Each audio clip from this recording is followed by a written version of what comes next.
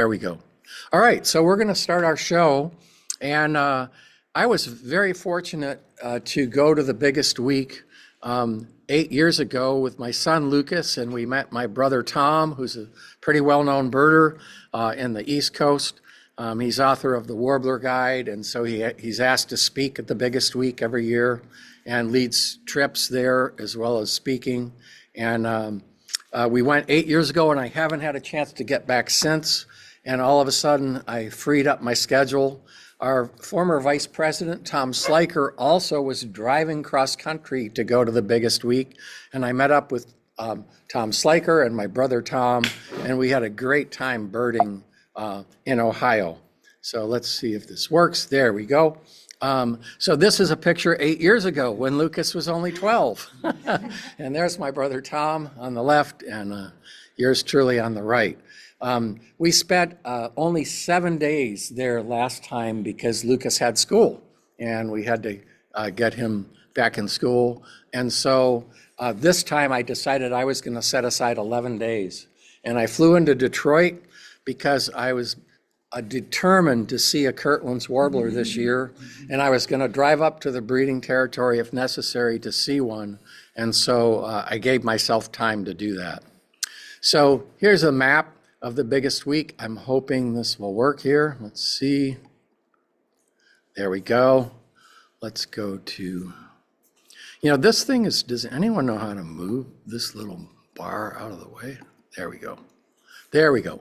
So here is my biggest sweep map. You can see I'm a real techie here. And I've tried to show all of the locations I went to. Let's see if this works. Okay, there we go. Come on. The internet here is not super fast, so it's going to take it a while to fill in. But Magee Marsh is the center point of the biggest week. And it's right here on the southwest shore of Lake Erie. And what happens is the warblers are all flying north and they hit this ocean-like expanse of water and they sit down in the marsh to feed and recoup to get up the strength to cross what they think is an ocean. So I started my first 6 or 7 days in this area. I focused the first few days on the Boardwalk and the Estuary Trail and other places right near the Boardwalk. And then I took a tour out to Sandusky area over here, if you can see my little hand cursor. And then one of my favorite spots from the last time is a metro park south and west of Toledo called Oak Openings. And so I went there on a number of days because it's a different habitat with different birds. And my goal was to see as many migrants and residents and especially warblers that I could. At the biggest week, I met a really fun birder who invited me to come south to his territory to look for some southern birds that don't make it this far north. And so I went with Scott Pendleton down to the region called Caddis, which is really right on the Pennsylvania border. And it's got some sensational birds that I'll share with you. On the way down, I went to a place called the Wilderness Center, which I went to 8 years ago, which is fantastic. And then on the way back, I went to Mohican State Park, which is another fantastic place for warblers. Finally, before I flew back, I went way up into the southernmost breeding area of the Kirtlands, right up here near a little town called Mio in northern Michigan. There's breeding spots further north and over into Wisconsin, and I'll show you those in a little bit. Based on what happened next, either no one cared about her plagiarism. Please mute yourself. Thank you. So that's the map for now. I may not show it again because it may take too long to get to it. Let's share my screen again. And hey, Mark, I can't see your map. It's gone right now. So let's see if I can. It never came up. Oh, wow. Never came up. Okay, it was here on our screen, wasn't it? Everybody? Yeah. I'm sorry about that. I'm not sure how to fix that at this moment in time. Can't see anything. All right, hang on. All right, where is? This little thing, there should be a key command to get it out of the way, I think. He's fixing it, but I can't see the map. Okay, He's fixing it. yeah. Can you see this, the biggest week map, Hold the on. screen? If you can't see the screen, I don't know what's up, but let's see. It should be sharing with you. Can you see this photo? Yes. People? Okay, so we're going to go on. I'm sorry if you didn't see the map. If you were online, I don't know how to fix that at this point in time. So we've got a lot to cover. I'm hoping I can get done by 9 o'clock. So drink some coffee and I'll talk fast. Take a potty break. So this is an example of what it looks like now at the biggest week. When we went 8 years ago, there were probably 3,000 or 4,000 people in attendance. And now I think the attendance is up over 10,000. When a bird is spotted, the word gets out, people look at it. Sometimes the birds are low at eye level, which is often the case. And sometimes they're up high in the trees.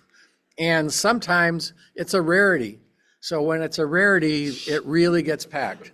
So that's one of the reasons that I always showed up at the boardwalk around 6:30, 6:45, because most people didn't come that early. 8 years ago at 6:30, we were the only ones on the boardwalk, but now people are flocking in. So I pulled into the parking lot and looked up, and there is this bird staring down at me. I'm going to see if I can, what can I do with that? Minimize. There you go. This bald eagle was staring down at me, and I wondered why would it be in the parking lot? And then I looked over to the neighboring cottonwood and remembered, oh yes, there's about a 300 or 400 pound nest, eagle nest up in the cottonwood. You can see its mate is here, sort of playing with the sticks. And there's two little eaglets here. One is like really poking its head up, and the other one, the head is almost hidden right here.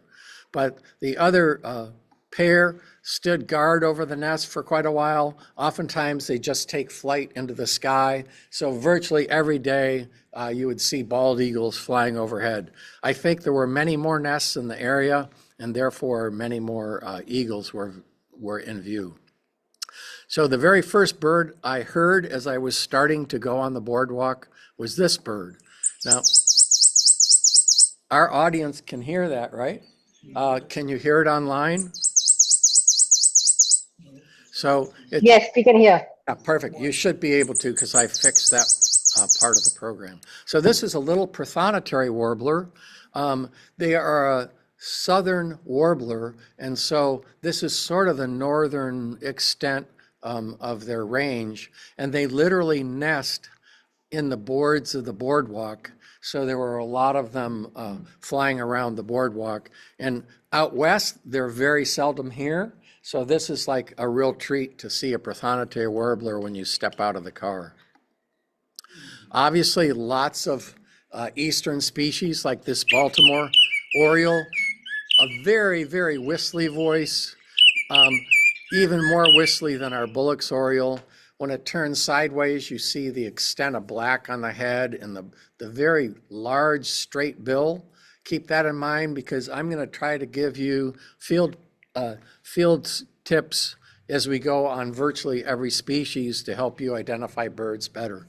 So they have a lot more orange than our Bullock's, and a real contrasty black wings, black head and back. One of the common birds on the boardwalk that you didn't see all the time, but you heard them virtually everywhere you went, the little gray catbird.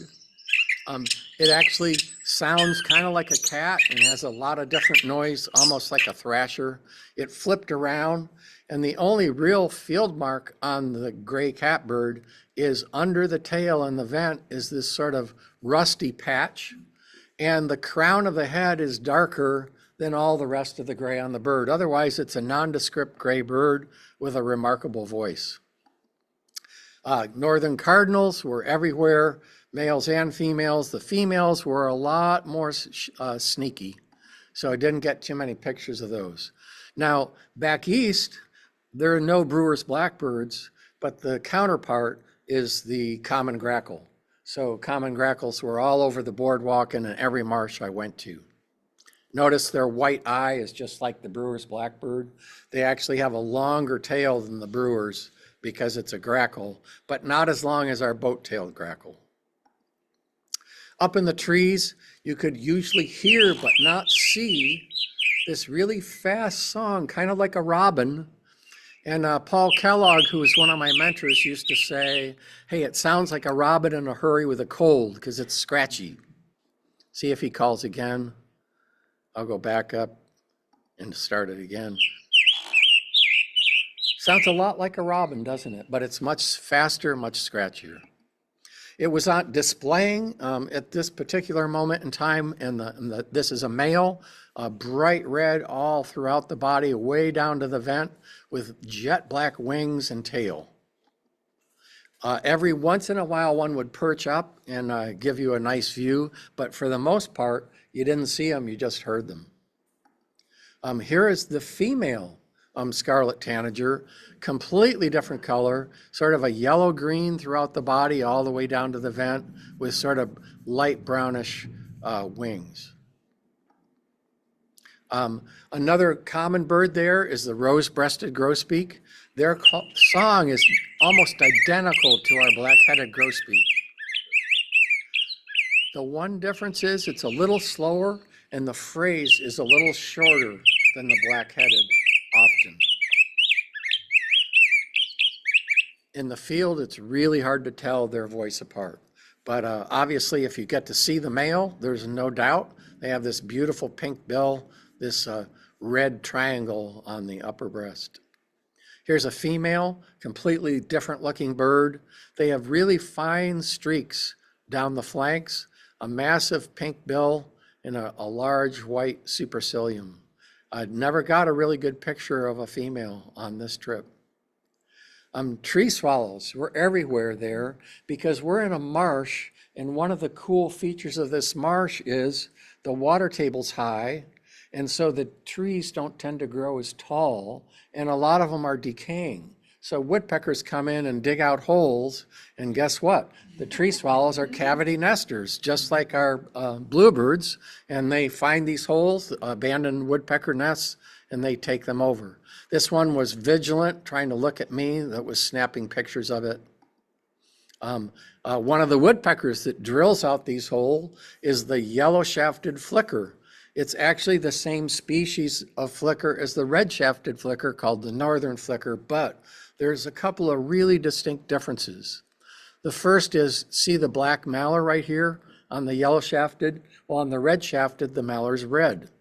See the face coloring, this brown, kind of tawny brown color on, and then the cap of this flicker, and I'll show you close up, the cap is this gray. Well, black mallard, it has a red V on the back of the head, and now look at the red shafted. It's got the red mallard, but instead of having a brown face, it's got a gray face with a brown cap. So it reverses those colors. How it did that, I have no idea. But they were honored by Native Americans who loved their tail feathers to make necklaces out of. There were tons of downy woodpeckers. And I'll give you one little hint, field mark here. You can't really see the bird, the bill on this bird. It looks kind of small, but on the outer tail feathers, the downies have black spots. See these little black spots right here? So we know it's a downy without even needing to see the bill. You know it's a male because you see this red dash on the back of its head. Now, for the first time since I was there are red-headed woodpeckers nesting on the boardwalk and on the estuary trail, and literally almost every place we went, there were red-headed woodpeckers. 8 years ago, we had to dig to find a red-headed woodpecker. So they've moved north a little bit, maybe expanded their numbers, I'm not sure. It's just a brilliantly beautiful woodpecker, this beautiful black and white pattern on the back. So the most abundant warbler. I estimated that I saw about 250 yellow warblers were poking out. Look at their range. Their range, is this in view? Is there any way, does anyone know how to hide this little thing? Anyways, they are the most abundant warbler, I think, in North America. They breed from Alaska all the way across the country, all the way down to the middle of the country, and even down into Mexico and down our coast. They have a really sweet song. We used to say, they said, sweet, sweet, sweet, I'm so sweet. So my brother would be appalled that I'm using these words to describe their voices because he looks at the elements and the phrasing of the voices to tell the birds apart. But this is the yellow warbler. This is a male because he's got these bright orange stripes. And look at the yellow, bright yellow, all the way down to the bottom of the vent and even to the tip of the tail. It's the only warbler with yellow to the tip of the tail. Here's another view of one. So 250 at least, I estimated. It was hard to tell because you heard them singing almost everywhere you walked. The back, however, is not all yellow. If you look at the primaries and some of the secondaries here and the tail feathers, there's a lot of black in a yellow warbler. And sometimes in the fall, that black is confusing because the yellow becomes much duller and you see the black and the yellow and you're not quite sure what you're looking at. So we began the show with a prothonotary. Here is their range map. I have to say this quick story. When I was 10 years old, one of my elderly women birding friends took me to Montezuma Marsh to try to dig out a prothonotary. And we looked and looked, couldn't find one. So she whipped out her little Audubon whistle and whistled, and a prothonotary popped out of the marsh. So they've been breeding in New York since I was a kid, and really that's pretty much the northern extent of their range. And that's why they don't come much to California. If you look even where they winter on the Gulf side of Central America. They have lots of antics. If you look at this one, it's digging for a little insect egg or a spider in the cracks. Look how short the tail is in a really white vent. And when they spread their tail feathers, you realize, oh my gosh, it's not this beautiful blue or black. There's a dominant amount of white in the outer tail feathers. Another common bird is the northern parula. They usually are found by their singing. It has a rising trill that jumps back down at the end. Hear that? Breed. And that's the northern parula. So I got a good look at one that was peering at me. You can see one of the ID marks are these tiny little eye arcs over the eye, the bright yellow throat, a black necklace at the bottom of the throat, followed by orange and yellow. So this is a male. The females have some of this, but it's much paler.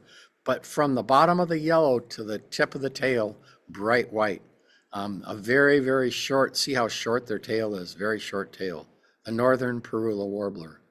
This is also a northern parula, and all I can figure is this is either a female or from this view, you can see the necklace starting to form. So maybe it just hasn't gotten into the breeding colors yet.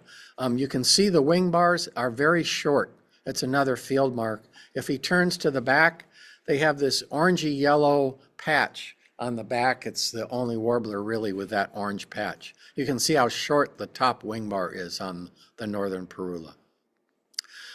The other most common warbler, I saw close to 100 redstarts.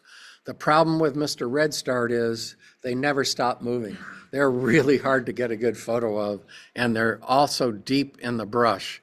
But you can see their range map down here. They actually breed all the way over to British Columbia and even some on the California coast, and that's why it's one of our most common fall migrant eastern warblers. I guess you can't really call it an eastern warbler. But its voice is a lot like the yellow. It's very sweet, but it's all on one pitch and then it drops at the end. Hear that? Drops at the end. The problem at the Boardwalk is the yellows hear the redstarts so often, they're imitating the redstarts. So you really have to chase the bird down to make sure, is this a redstart or a yellow? Again, hidden, but you see the bright orange shoulder patch, the orange in the tail, and the orange at the top of the primaries. Here's another view, this beautiful, magnificent black cap with this sort of two prongs going down the flanks, bordered by that bright orange. So another common warbler that breeds in that area is the chestnut-sided. I saw probably 50 chestnut-sideds, and again, my numbers are just personal estimates, and I was birding by myself most of the time, and so who knows how exactly accurate my eBird list is. But you can see where their range is right here, no further and hardly just halfway into Texas. They are somewhat of a common fall migrant in the Bay Area. If there was a warbler, I'd say redstarts might be number one and chestnut-sideds might be number two. You can see in Canada, they do stretch over towards British Columbia, and that may be why we get some of them. Their voice, again, is similar to a yellow and to a redstart, and they used to say, please, please, please, to meet ya. So it goes down on the end, so. Yeah, Peter Paul Kellogg would be proud of me for using his words that he used to try to teach people their songs. It's one of the most beautiful warblers. They have this wide chestnut swath, beautiful white wing bars with yellow gold in it and a gold crown, and this sort of like, I don't know how you describe this, like triangular black face patch, bright white throat that goes all the way to the tip of the tail. Here's another view. You can see their back has a lot of black streaking on it and some yellow gold in there as well. It's absolutely a gorgeous warbler, a male chestnut-sided. I didn't see any females. But this one was a ham. He came out and sat on the branch and looked at me and changed its position. But you can see the undertail here. My brother's book has a lot on undertail identification of warblers. And what the undertail does is it helps you to rule out tons of species and limit it to just a few that helps you to ID a bird. Another common bird there is the Nashville warbler. If you look at the range map, they not only breed in the east, but they breed in the Sierras in Northern California, Oregon, and Washington. So Nashville warblers is one of our 8 species of western warblers. So they have a 2-part song, a high pitta pitta pitta pitta, and then it drops down. Listen one more time. To identify them, look at the size, these huge white eye rings, bright yellow throat, and the yellow goes all the way down to the legs. And then there's a white patch on the lower belly here, and then the yellow picks up into the vent. It's the only warbler with this yellow, white, yellow sort of a schema of yellow coloring. Here you can see that white patch really clearly from underneath. And lots of times leaves are obscuring the head. So all you get to see is the undertail or the lower belly. The ovenbird. I did surveys for ovenbird nests when I worked at Cornell's Laboratory of Ornithology, and it's very hard to find an ovenbird nest. And the ovenbird got its name because their nests are upright nests that look like the old traditional ovens with a little hole on an upright nest. So they were heard on the boardwalk almost every day saying, teacher, teacher, teacher. Let's see if it does again.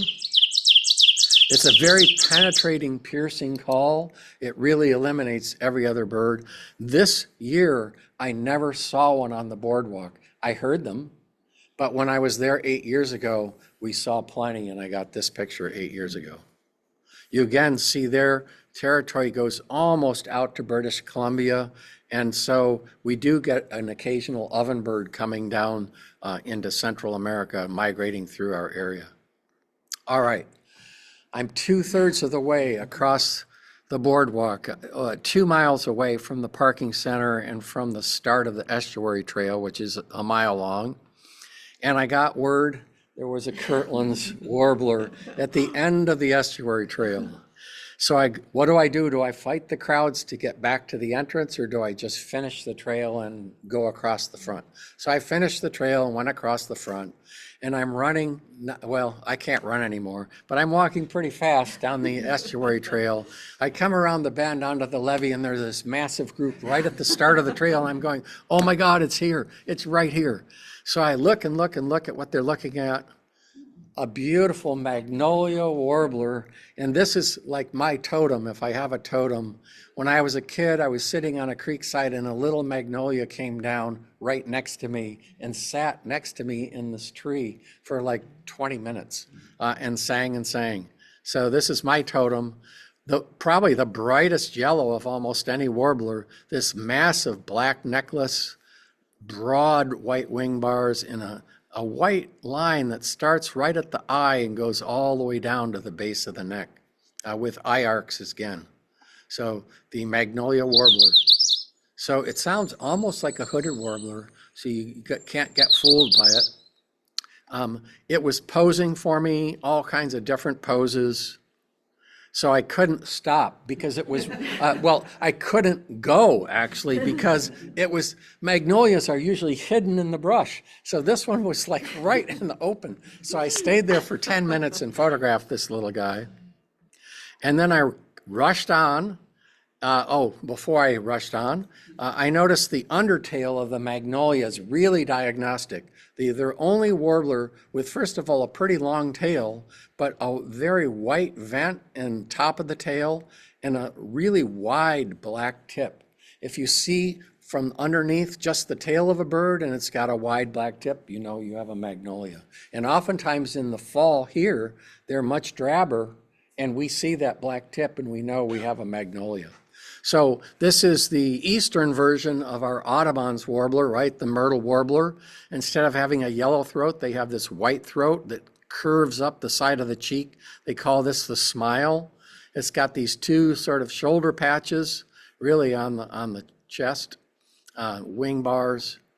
And I threw in this Audubon's just to compare. See, the Audubon's bright yellow throat instead of white, and it doesn't wrap around the cheek. So it's really confined here. So if we see a migrating warbler, you can tell what, because Audubon's will lose this yellow some of the time, and they'll have a white throat too. But if it doesn't wrap around in a smile, you know it's still an Audubon's. Look at this range map. The red is the Audubon's range. That's why we have so many. The blue is the myrtle range. That's why most of them stream down here and go down the East Coast. But still, some come down, and I think some overwinter down in Mexico. It posed for me so you can really see the yellow rump here, the yellow shoulder patch, the beautiful white smile, and the huge sort of pearls of white teardrops in the tail that are outlined in black. So I ran down, I saw some movement, I looked at it, and it was a brown creeper. Brown creepers aren't that common in the marsh for some reason, so I stopped again and took a picture. So then all of a sudden I rounded the next corner, and there's a group 3 times the size of the group that was on the magnolia. And after waiting 20 minutes in agony, the Kirtlands popped out. And what the Kirtlands was doing, it was feeding in a circuit. And every 20 minutes it would come back to where we were standing, and it was usually hidden in the brush, but every once in a while it would poke forward. So this is the Kirtlands. This is, I think I have a song. Oh no, I put in the range map for you to see why they're so rare and so uncommon everywhere. So they winter in the Bahamas and these little islands in the Caribbean, very subject to hurricanes, and they breed only in jack pine forests when the jack pines are only 4 or 5 feet tall. If they get any taller, they won't breed there. So it requires fires to go through or some kind of control to have a new crop of jack pines to breed.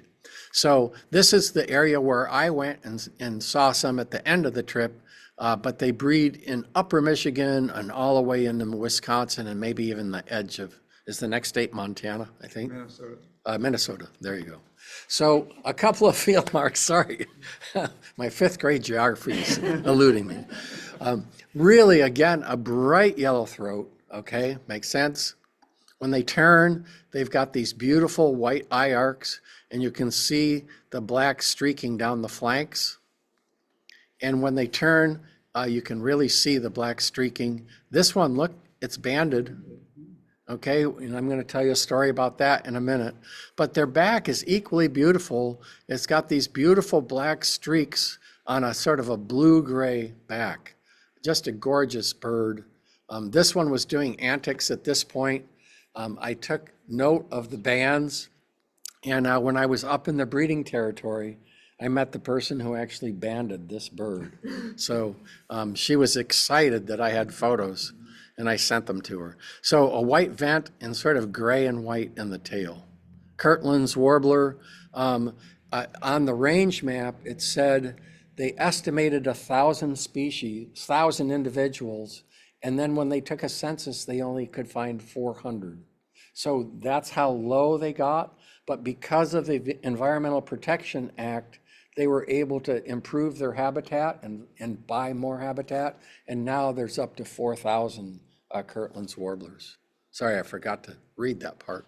Okay, so that was day one on the boardwalk. And what I'm going to do is try to share with you the places that are fun to go with at the biggest week. But also I'm going to focus first on the boardwalk, and then I'm going to go to other places. I didn't necessarily stay at the boardwalk all these days in a row, but it gives you a sense of seeing all the warblers that I saw on the boardwalk. So this is a male black-throated blue. You can see the beautiful white dash here at the top of the primaries. You know, the males have this massively black face with wide black streaks going down the flanks. You usually heard them before you saw them because they hide in the underbrush too. Z, Z, Z, Z, Z. Okay, again, their range is really the eastern seaboard. They breed in the Appalachians and up into New York, but they don't go very far west. We do not see very many black-throated blues out here in the west. So here's another view of this same bird. You can see the beautiful dash here and the beautiful black. Females are harder to find. Here's from underneath, you can see the tail, undertail. So what's this bird? Very nondescript. Doesn't look like a black-throated blue, but but look what it's got. It's got that white dash at the top of the primaries. This is a female black-throated blue. And look above the eye, they have this white line starting at the bill going all the way down part of the back of the head. So that's another field mark with a tiny little eye arc here. And that's really the main field marks of the female. Here's another female. Look, the dash here at the top of the primaries is hardly noticeable. So knowing that they have this line above the eye and the eye arc is also really helpful. That's a female. Yeah, this is right here is a female black-throated blue. Isn't there color on top of its head, or rusty color and color on the? It might just be distortion from it. Yeah, it's all sort of a blue-gray, kind of a subdued blue-gray. I can admit this person here. Bang, come on. All right. So next species, black and whites were singing all over on the first day. I could not find one to save my life. But finally on the second day, this one poked its head out, a little female. You know it's a female because it's got this white throat. And it flew out of this tree and right down on a thick branch right next to me and was poking its bill into these cracks, trying to find little insect eggs and spiders in those cracks. It sort of contorted itself. They actually feed almost like a nuthatch going up the trunks of trees. And then finally, it perched on this little limb and posed for me for this photo. The next day, I think, I found this male, and so I got to hear it sing. So a very, very high-pitched call, Weeza, weeza, weeza, weeza, all on the same pitch but slurred, right? So that's the black and white warbler. Next bird with a really high pitch is the Blackburnian. Obviously, this bird is hard to mistake. It's got this burnt orange face with sort of a triangular black eye line and black mark coming down. Listen to the, so it starts high and it rises even higher. It's got this white blaze. The two wing bars are merged together almost, and bright white all the way to the tip of the tail, with a pretty strong edging black in the undertail. So this is my favorite picture of all time of a Blackburnian. I have one other that is pretty much my favorite too, but this was taken 8 years ago, and I don't think I could improve on it, although you'll see in a minute. So this year I got this picture, and what I love about it is a lot of people aren't familiar. It's got this orange blaze on the crown, which is really gorgeous when it's showing off. You can see how white the undertail is with these wide black borders. Now, what bird is this? Let's look at the face pattern. See this triangular face pattern? The eye line through it, and the orange surrounding that face pattern? This is a Blackburnian, but it's the female.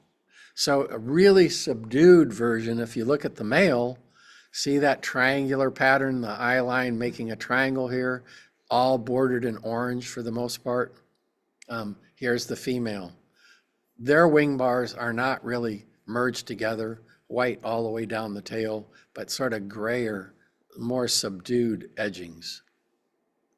So another bird that I really love is the black-throated green. They nest, you can see they nested where I grew up in upstate New York, and they go way over almost to British Columbia, and that's why we do get some black-throated greens in fall migration. Their call, ZZZ Susie. Okay, a black-throated green. So why are they black-throated green? Well, look at their black throat. Look at their green crown and nape and back. That's how they got their name. So here's another view, a very yellow face with a very faint sort of triangle here, big black bib, black streaks down the flank, and a greenish back. So this one took off and flew, and take a look at the tail feathers. Really broad white tail feathers on a black-throated green. Almost like the prothonotary, but almost more striking. Oops. So next up was this bird. This is not a male. Anyone know what this bird is? Cape May. It's a female Cape May. So when they come in the open, you can see a very, where's my cursor? A very yellow throat and sort of a black dot here with streaks emanating towards the flanks from here, and a clean breast. No streaks in the center of the breast. So in the fall, even the males look almost like this, but if you see the streaking starting up at the very bottom of the throat and going out to the flanks, chances are you have a Cape May. Here's a side view of one. Pretty dull looking warbler, the female. The next day, finally, I got a hold of a male, and it's the same markings, but they're like twice as bold. And they have this bright orange surrounding their dark eye line. Bright white all the way down to the tip of the tail. Listen to their voice, even higher than any other warbler we've heard. And Z, Z, Z, Z, Z, okay? So another good view of one finally came out in the open. Again, they have white in this area of their body, but it continues on as white. Notice they have a couple of yellow dots here too. That can be diagnostic at times. But this bright orange, if you ever see that in the spring, you know you've got a Cape May warbler. Beautiful, striking warbler. Their back is so green with black streaking. It's really one of the most beautiful warblers I think there is. So this particular male was flying up. I think this is a cypress tree. Any biologists in the room that might know better than I do, but it had these catkins on it, and it was feeding on tiny little insects that were on those catkins, but look at the tail feathers. Bright white all the way across into the inner tail feathers, except for the inner two tail feathers. Short-tailed. And a very short tail. So it was reaching for bugs as fast as it could in these catkins. We'll discuss it again tomorrow. Excuse me, if you can mute yourself, I'd appreciate it. We can hear you. Okay, the bay-breasted. Obviously, this is a really obvious ID. This massive bay from the throat all the way down the flanks.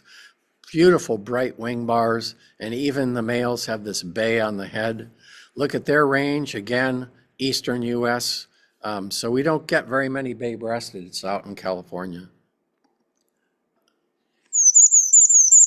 So a very high note too, only it's slurred. Hear the slurry nature of it? On the same pitch, but slurred. Here you can see the extent of the bay on the throat, and it comes down the breast. And it also has this ivory sort of beige collar, which I never noticed before, because your eyes just go into the bay and you miss out on that field mark, but it's really distinctive, especially if you see it from this angle. Look at this ivory collar. And the back, again, has these beautiful black streaks on it. This is my favorite all-time bay-breasted photo taken 8 years ago. I think I should just show you my 8 years ago show. But it's just the pose of this bird that just was magnificent. So what's this bird? Let's take a look. What color is this? Sort of bay, isn't it? Look at this ivory little collar here. This is a female bay-breasted. In fact, if you see a bay-breasted in California in the fall, even the males look kind of like this. So they really lose all that bright color and become much more subdued. So a female bay-breasted, you can look from just the bottom of the throat all the way down to the tail. It's pretty plain white. Then all of a sudden, this little accipiter came flying in. Is it a Cooper's or is it a Sharpie? So let's take a look. Here's a wrist. Here's a wrist. Draw a line between the two. Hardly any of the head is sticking in front of that, sort of in this little depression here. Look at the tip of the tail. It banked. You can see how straight the tail is. So this is a little sharp-shinned hawk. All of a sudden, the whole boardwalk went silent, and the warblers disappeared for probably 10 or 15 minutes. So I looked at shorebirds. It is a marsh, by the way. This bird was preening right at my feet. It stopped preening and started to go into hiding, but you can see the really wide white eye ring, the tight, tiny speckling on the back and the wings. This is a solitary sandpiper. The legs are kind of a dull yellow, not a bright yellow of the yellow legs. And the eye ring, I think, is quite a bit wider. Any other field marks, Murray? I don't know. That's what I look at. Then all of a sudden at my feet, there was motion, and I jumped up out of my skin. This snake was using its tongue, and it was smelling something on my shoes and coming right at me. So I had to step back to get this picture. This is a little garter snake. I don't know what subspecies, but it's I believe a garter anyways. I'm not a reptile specialist for sure. But beautiful, beautiful snake. There were painted turtles. I believe these are painted turtles in numbers. And then there is this exceedingly rare turtle called the Blandings turtle. It has a bright yellow throat, and they're actually endangered, and they protect areas where they find them. So the Blandings turtle. And then this monster.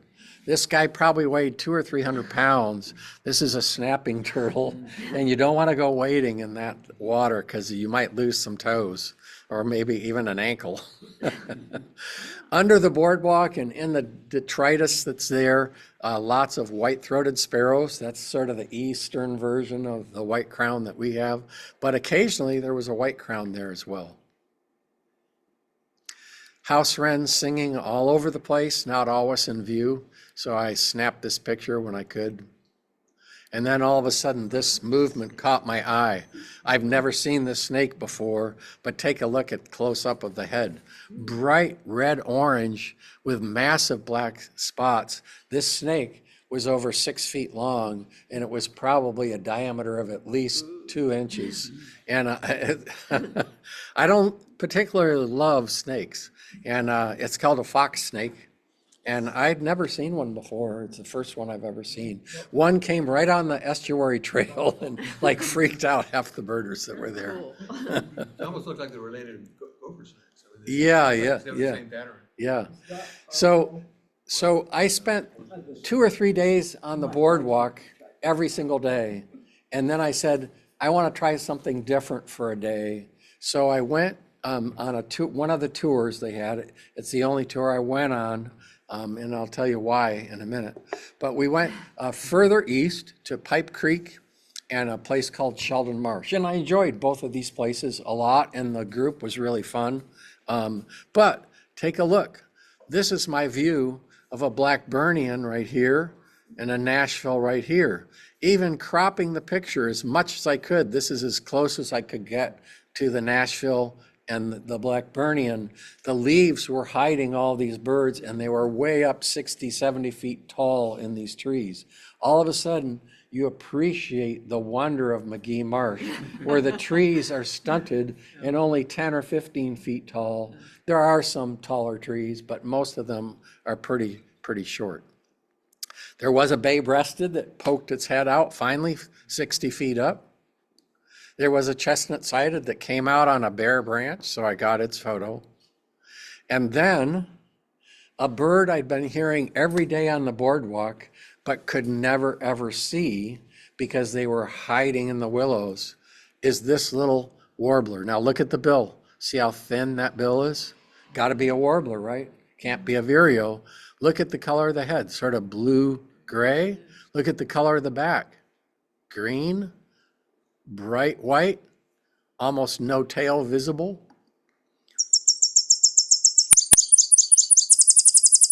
Can you hear that? It has a 3-part song, all trills.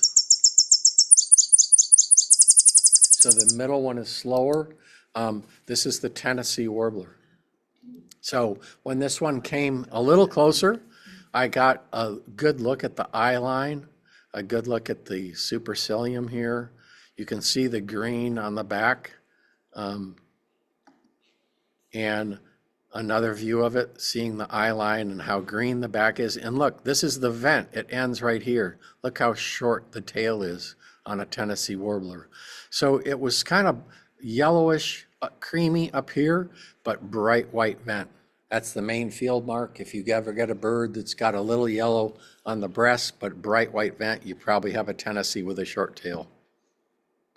It was looking for insects, feeding on insects. It finally came out somewhat in the open. Very, very thin wing bars, if at all. Oh, does that show? This kind of shows how short that tall tail is there past the vent. So then I saw this bird on a limb. Let's look at the bill. Is that a warbler bill? No, way too thick. Look at the legs. Oh, I'm not sure, but the cap looks kind of blue-gray. The back kind of looks green. Oh, it flipped around. Look at how white the throat is, and look at those bright spectacles. So when I was a kid, we called these solitary vireos, okay? But then they split it. So the East Coast is now called the blue-headed vireo. The West Coast is called the Cassins. And they look pretty close to the same species, so you have to be careful. But one field mark that helps you distinguish them, The blue-headed has a really straight line of demarcation between the blue and the white throat, a very bright white throat, very accentuated spectacles, and big eye rings. So a Cassens isn't quite that bright, even though there can be some bright Cassens. That's one way to tell them. We actually found a blue-headed at Point Reyes last fall, and someone said, "This looks bright to me."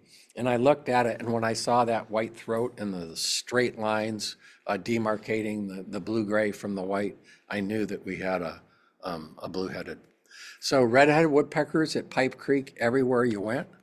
They were on the Boardwalk again this year. Eagles, we counted 20 eagles at Pipe Creek and Sheldon Marsh, more than 20. They were everywhere. This is a young bald eagle, so probably a second or third year bird with a lot of white in the underwing and mottling here on the side of the flanks. So we were in a marsh, so we finally found a Sora. So that was the first time I'd seen one. I think I heard one or two earlier, but then this bird popped out. We heard them on the Boardwalk, but didn't see any this year. The first year I was there, we did see them. A beautiful musical descending song. This is the northern water thrush. So because this was as close as I got to one at the biggest week, I put in this picture from Point Reyes, where I really got close to one, and you can see their supercilium is all the same width all the way to right about here, right? And then it sort of fades away. Look at the throat. There's speckling on the throat, and the streaks on the throat or the belly, what do you call this? The chest, go all the way down to the vent on a northern water thrush. You're going to see some Louisiana water thrush later, and you'll look to see what's the difference. But these streaks go all the way down to the vent. Indigo bunnings were sitting around. I'll show you some other pictures later. Finally, a Wilson's warbler came out, and we got a nice picture of it. Look at their range map all the way to Alaska, all the way into California. So this bird is on both, throughout North America. But look, they basically breed up in Canada. So they're only migrating through Ohio, and there were very few of them. I only saw like 4 or 5 during the 10 days that I was there. Sheldon Marsh was even more of a marsh, so this female wood duck was just sitting pleasantly sunning herself on a log. We tried to coax out the male, and finally it came out this far. There was a green heron. Look at the size of the legs on this green heron, pretty amazing. More red-headed woodpeckers, more yellow-shafted flickers. Look at the black mallard. Look at the really brown throat and face. And the beautiful spots on the belly are actually almost as beautiful as anything else on this bird.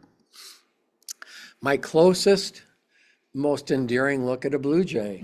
They are really skulky, hiding birds. And this one at Sheldon Marsh came right out in the open. I think he was curious as to who we were and what we were doing here in his territory. A blue jay. I meant to say on the first day, the blue jays were flocking overhead by the hundreds, literally hundreds. And that was the day that one guy stayed on this platform the entire day. It's his big day.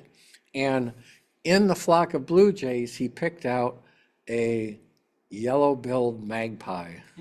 So how it got there, no one knows. Oh, no, sorry, black-billed magpie. Yeah, that makes more sense. Yeah, okay. But even still, it doesn't make any sense. Yeah. More so than the yellow. Yeah. And I had been looking at that flock, and I wasn't looking at it when the magpie flew overhead.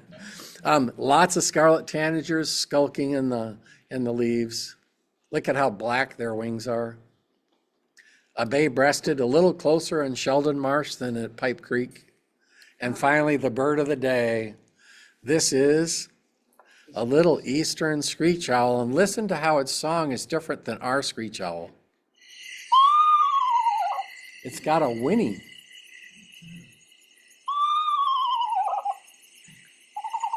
Now it starts to sound a little more like ours. Okay, the eastern screech owl. When I was a kid, we had a little cottage on Cuca Lake, and the screech owls would nest in our backyard, and they would sit on a line and just whinny all night long. All right, so I was tired of looking at warblers that were 60 or 70 feet up, hidden by leaves. So I went back to the boardwalk that afternoon, and what did I see? The very first bird was this incredible Blackburnian, right 5 feet away.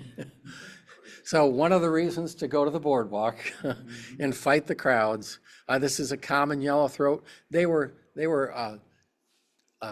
chipping everywhere, or whatever you call their psh, psh, psh. And finally walking around on the front side of the marsh where most people don't bird. You have to walk back a half a mile along the front of the marsh, and there's all kinds of birds. So this trip, there was this beautiful nondescript vireo. Look at the bill, too big for a warbler, right? Where's my cursor? Way too big for a warbler. All gray, pretty pale underneath. What is it?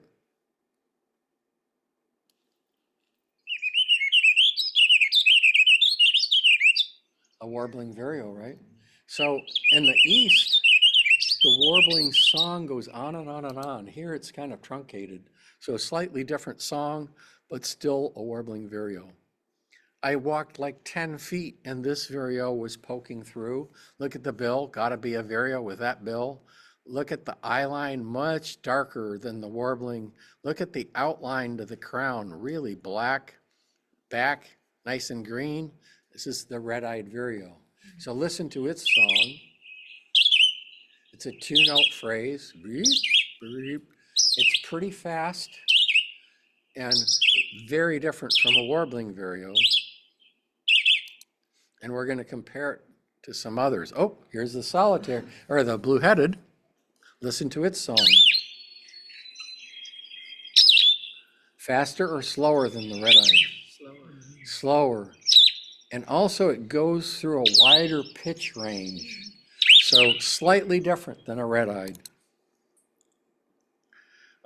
The other thing, I never got a picture of the back before, but you can see how the bright, sort of the blue-gray cap ends right here and the green back starts up. In the Cassins, this tends to blend right together and it's sort of the same color. So that's another identifying field mark. Yellow flanks on both of them. So then we saw this vireo. Look at the bill, gotta be a vireo, right? Look at the legs, blue legs. Nondescript, is this a warbling? The eye line is a little stronger than a warbling, right? Look at the throat. Oh, there's a little bit of yellow here in the throat, isn't there?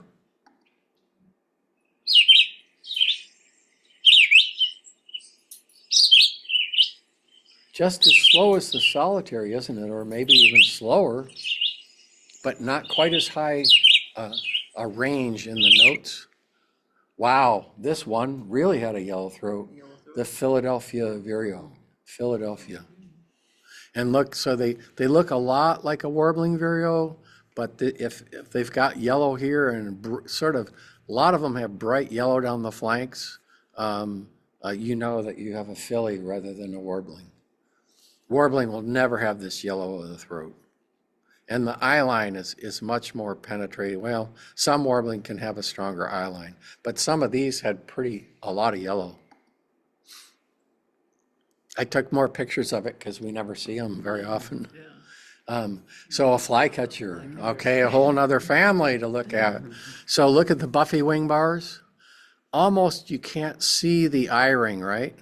So Murray would know this is a willow flycatcher. You really can't tell flycatchers too well till you hear them sing. Fitzbue, it's going down on the end. Fitzbue, Fitzbue. So this is a willow going down like that. Another pose, look how wide, broad the bill is at the base with yellow under. But again, the buffy wing bars, almost no eye ring. And this is the spring when if you're gonna see an eye ring, you'll see it. By the fall, that eye ring will be basically gone. A pretty solid primary extension. But it could be confused with this one because at one time we called those two the trails flycatcher. So this is an alder. Look at the wing bars, much whiter. I don't even know if that's really a reliable field mark. The only reliable field mark I know is if you hear it. Ooh, it's going up at the end. Okay. See how it goes up? So this is an alder flycatcher, bright white throat, kind of grayish here, sort of whiter belly. But the bill to me is a little bit not quite as wide as the willow, but I don't know if that's reliable. Again, very limited eye ring. Now, this is even different. If I had a better picture of this, you'd see the eye ring is pretty solid all the way around. It's a little smaller bill for sure. Look at the extension, really shorter. Let's listen. Chebec, chebec. So this is a little least flycatcher. So from the side, you can see the eye ring a little better. You can see how the bill's smaller than that willow for sure. You can see the primary extension isn't very long. Least flycatcher. Oh, and we got word. There's an eastern whippoorwill right at the beginning of the trail. Get out there fast. And it was almost dark when I took this picture, and they had it roped off because they didn't want anyone to scare it. And it was literally behind all kinds of leaves, but this is the best I could do. It didn't sing. So telling it from a Chuck Will's widow basically is size. And there's something to do with the little whiskers. It's a little different on a whippoorwill and a Chuck Will's widow. But other people ID'd it, so I went along with it. All right, so back. I took one day and went out to Oak Openings, and I'm going to show you all of Oak Openings pictures together because it's a totally different habitat. I'm going to stick on the boardwalk. So on the boardwalk, the 14th and 15th, out appeared this cuckoo. So this is not my photo. I got really good photos, and I lost one SD card. I think what happened is I put it in my bag, and it went into the unused SD cards, and I took photos over the top of it. So I lost some really nice pictures, including this black-billed cuckoo. But this is my picture from Texas, I think. So you notice the red orbital and the tips of the tail feathers, which are all different lengths. Come on. All different lengths are these white tips and a kind of a nondescript brown back. So this is my picture from Texas for sure, red orbital, all brown back. Now let's compare that to the yellow-billed cuckoo, and both of these were on the boardwalk and the estuary trail. Yellow-billed cuckoo, yellow underbill, massive white spots on the undertail.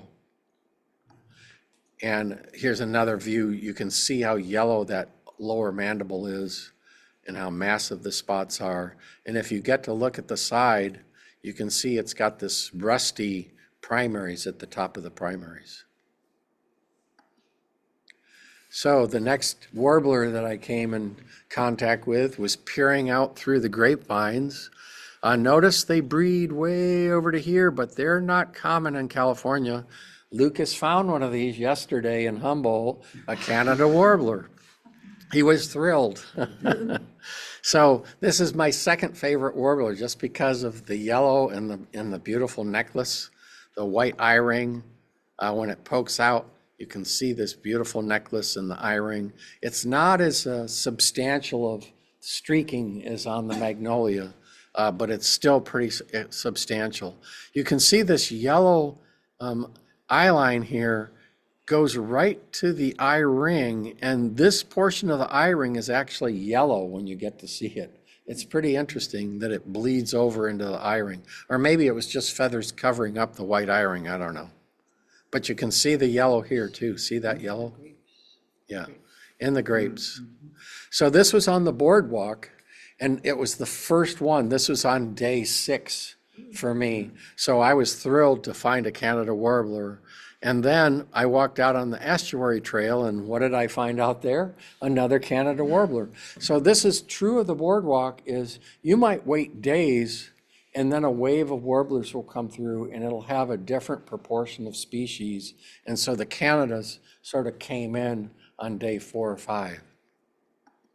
Another close-up look of that yellow from the bill to the eye. I don't know what that's called. Murray's got a name. I don't know. The first day that blackpolls showed up, day 5 or 6. And this was on the estuary trail. You can see this is a little blackpoll, beautiful black cap, white cheek patch, and whiskers here. Nice wing bars streaking down the sides. This picture shows that mustache here, they call it. You can really see it here on the under tail shot. And you can see how bright yellow their feet are. So in the fall here, if you see a warbler with yellow feet, it's probably a blackpoll, okay? They have a much more subdued coloring in the fall. It took off and you can see its yellow legs dangling underneath it, the beautiful white undertail. All right, so I thought I was done with magnolias, but then when I got on the estuary trail, this one turned with its back to me, and I have never really looked at the back that much because you're so enamored with the front. But look at this beautiful black heart right here, the blaze of the wings, this white eyeline that extends all the way down, part way down the crown, this black face patch. And when it's stretched out, it's just a gorgeous warbler. It could be a totem for anyone. So another myrtle, and I took this picture just to show you the blaze on the head. And can't leave out the song sparrow. There were song sparrows everywhere, right? And they look a little different back east. You know, there's so many subspecies of song sparrows. Who knows what you're looking at?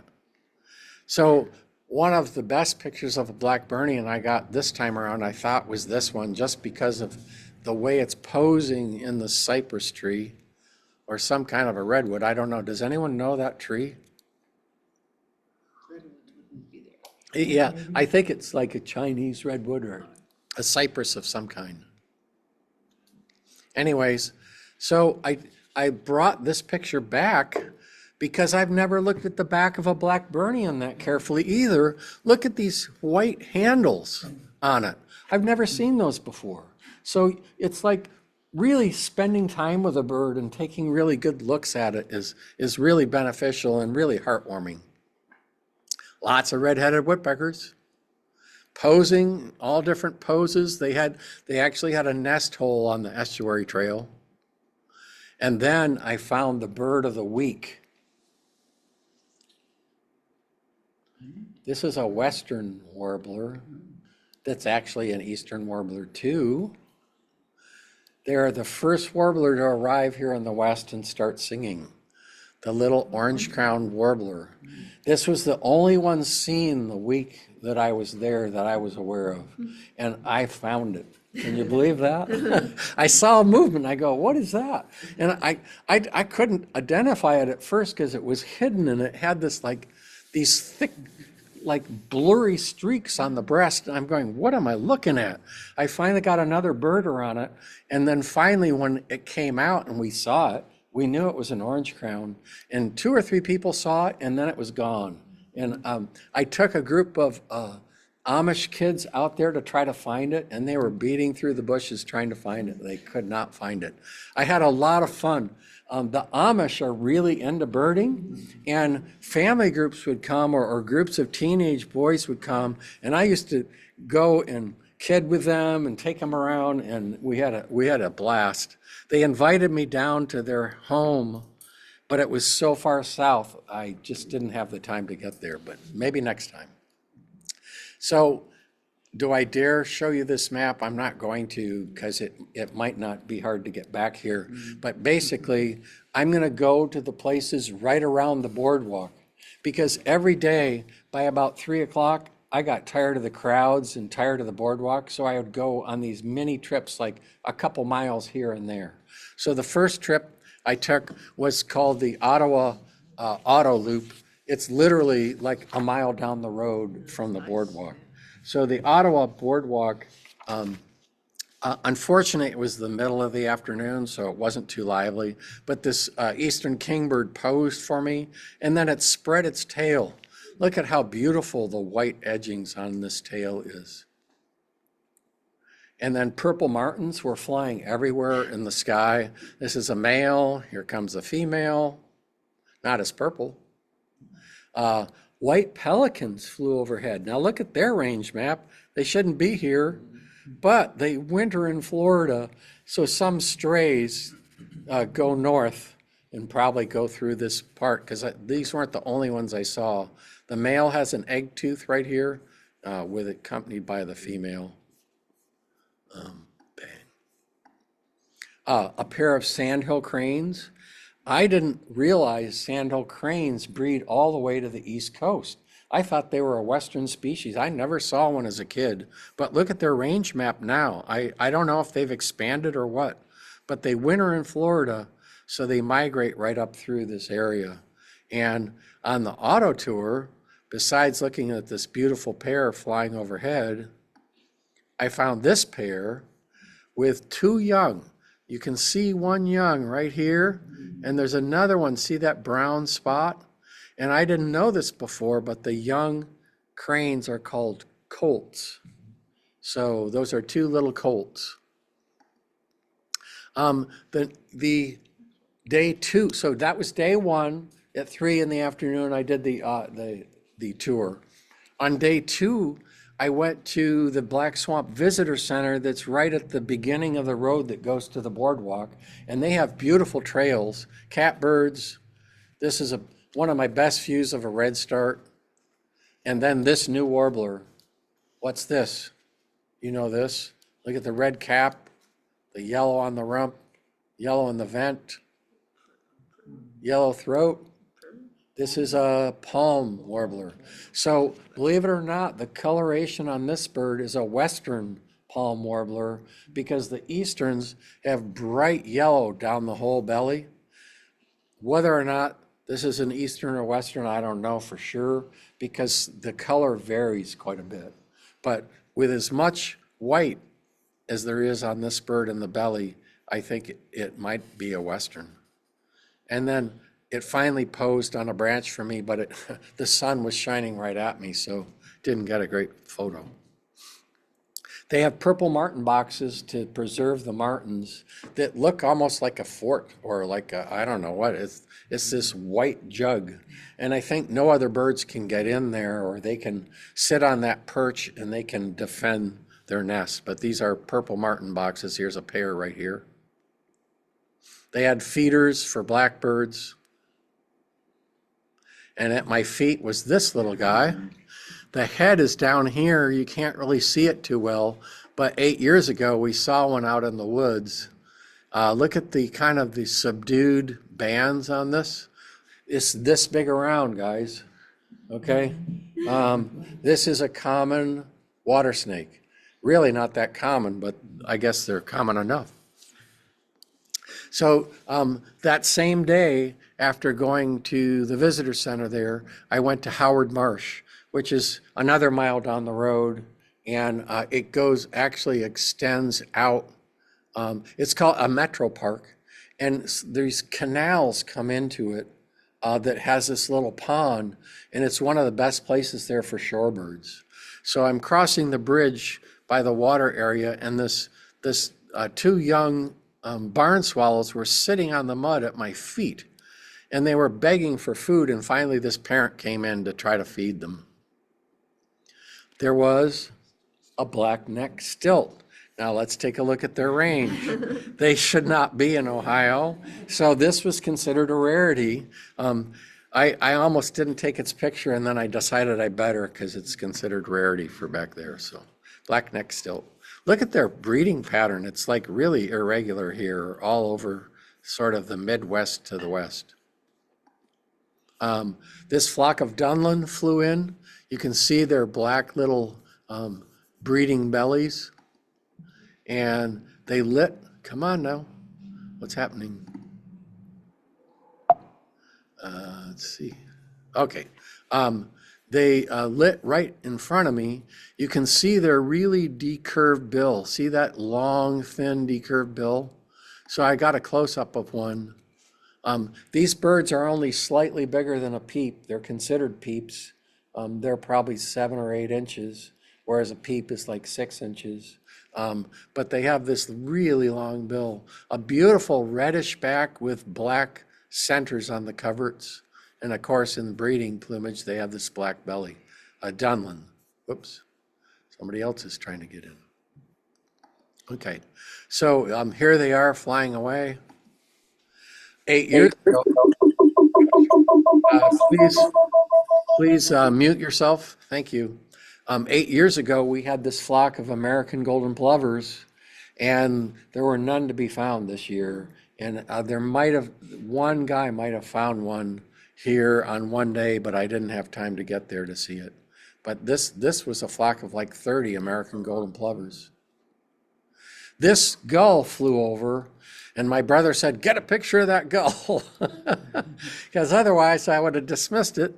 But you can see how black the tertiaries, secondaries, and primaries are on this bird, how the bill is all black, and how this is like a second-year gull.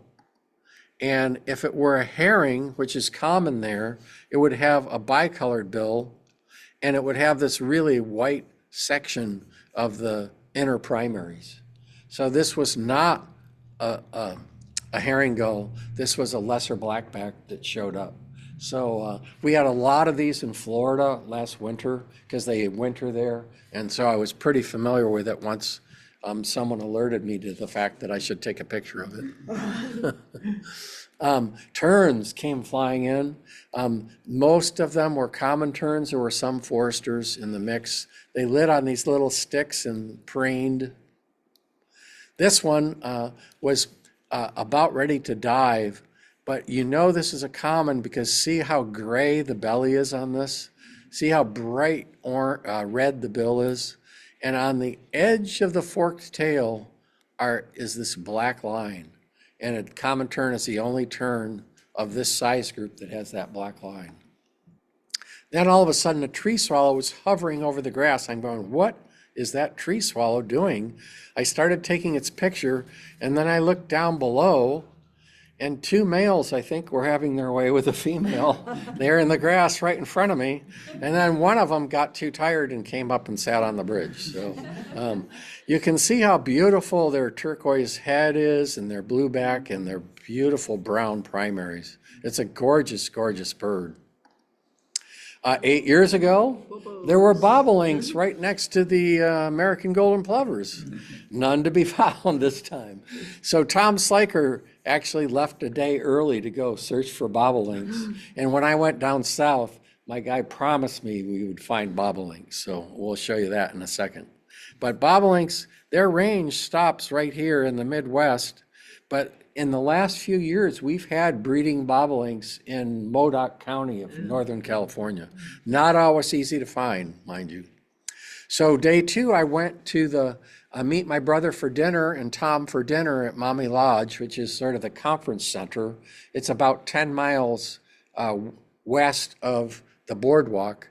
And they have feeders at the nature center. So I had 5 minutes to spare, so I ran into the feeders, and sure enough, here was a rose-breasted grosbeak just posing for me. I waited just a minute or so. There were mourning doves on the ground, even a house sparrow, I guess I have to count that. And a cardinal came in and posed. A blue jay flew in and poking for seeds on the ground. And that was it. So day 3, I made the mistake. I went to the biggest week, and my first day was a Saturday and my second day was a Sunday, the weekend, when everyone's free to go to crowd the boardwalk. So by day 3, I was out of there, and I went to these 2 roads called Stange and Krause, which are about 2 miles west of the boardwalk entrance.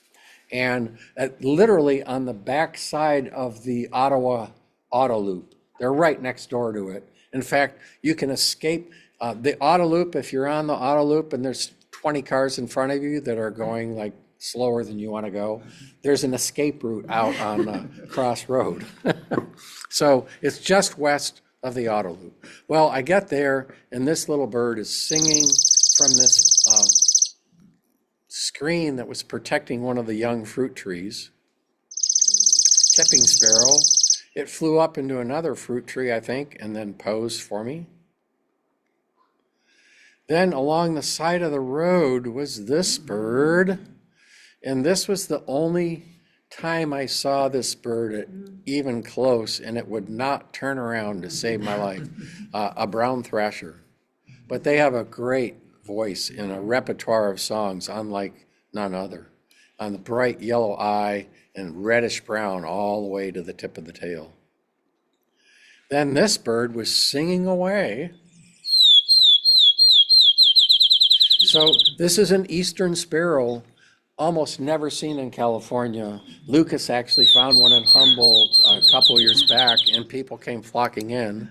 But this is a field sparrow, and they have a sort of a pink bill and this beautiful sort of, what color would you call this? Salmon color behind the eye and on the crown.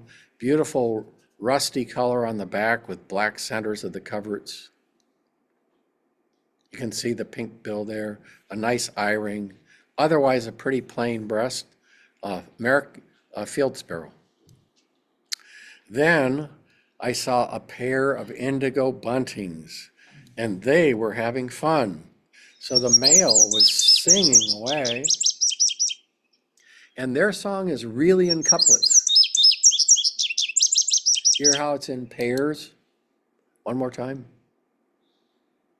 Not one more time, okay. Anyways, the male came closer for a good look. You can see the little bit of black in front of the eye.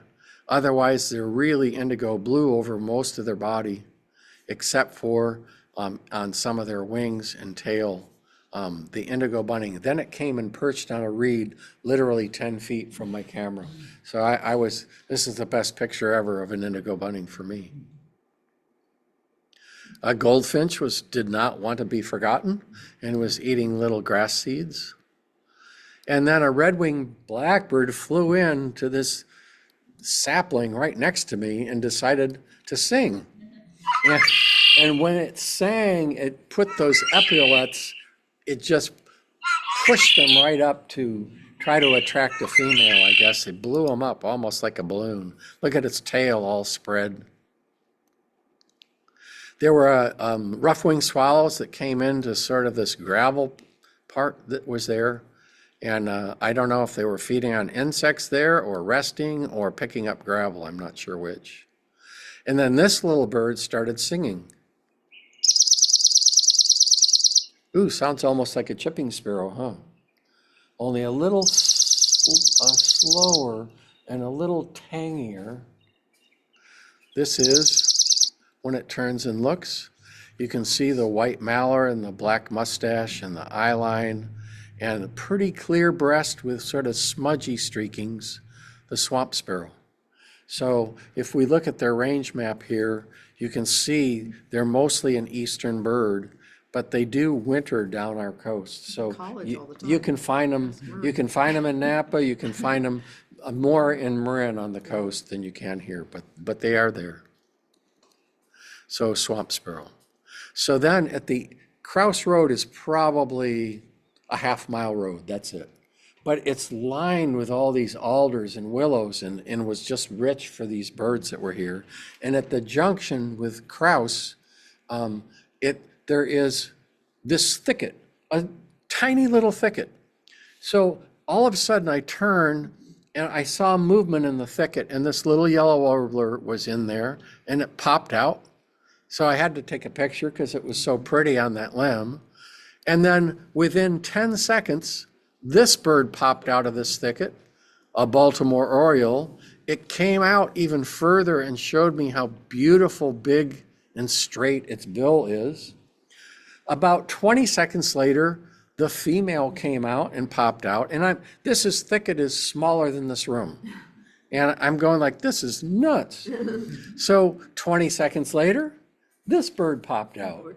Now, this is not a Baltimore Oriole. It's way too small. Look at how tiny the bill is and how it's slightly decurved with this straight line face patch. This is a little first year orchard Oriole. Probably a female, but maybe an adult male. I'm not sure. And it posed for me there. Later on, I saw that it was on people's checklists for this area, but I didn't know it, so I thought I found it. Then, 30 seconds later, out pops a female redstart. You can see, I mean, very plain looking until they take wing, and you can see the yellow in the armpits, and you can see the yellow on the tail, and also in the wings. Female American redstart. And then 30 seconds later, this bird pops out. Nondescript, kind of a light eye-ring. What vireo? Warbling vireo. I decided I had to leave because I wanted to go to oak openings, so I left before something else popped out of the thicket. But on Krause Road, which is more of a field, there were these kingbirds sort of displaying in this kind of a nuptial courtship flight, or a fight, I'm not sure which, and then one of them perched. Savannah sparrows out in the field. So a day later, in the afternoon, I got tired of the boardwalk and I went to Metzger Marsh, which is between Howard, where I was, and the boardwalk that goes out way to the ocean. It's sort of meshed in there. But at the end of the road going into Metzger Marsh is a beautiful riparian area. So the canals going down the side, tons of common terns, plunging in, looking for little minnows. You can see how short their legs are and bright red common terns. So how bright red this is. If you look carefully, you can see the black edging on this forked tail. It's kind of subdued. Trumpeter swans, quite numerous. They breed in this area. And we know this is trumpeter. Look at the size and length of the neck, but also look at this line from the top of the crown all the way to the tip of the bill. It's as straight a line as you could ever hope for. It's not concave like a tundra swan. And the line from the eye to the gape also very straight. And when you look head on, the black surrounds the eye and it has a V right here rather than a U. So this is definitely a trumpeter swan. And just to verify, they would take flight and honk, and that's the trumpet. So another willow flycatcher was there in the on the way to the thicket. Kingbird in the thicket, eastern kingbird. Another blackpoll warbler. In fact, I did see that blackpoll warbler on the estuary trail, but there were tons of blackpoll warblers in here. There was a Canada, there was a magnolia. It was a great place to bird. Metzger Marsh. This blackpoll was posing.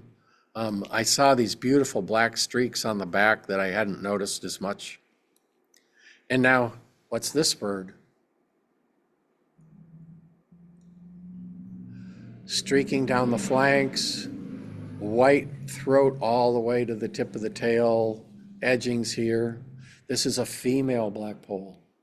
So female blackpoll. Swainson's thrush came out and sang. Another place I went that afternoon is called the Barnyard Creamery Ponds. It's called the Creamery Ponds because there's like a Dairy Queen there that sells ice cream.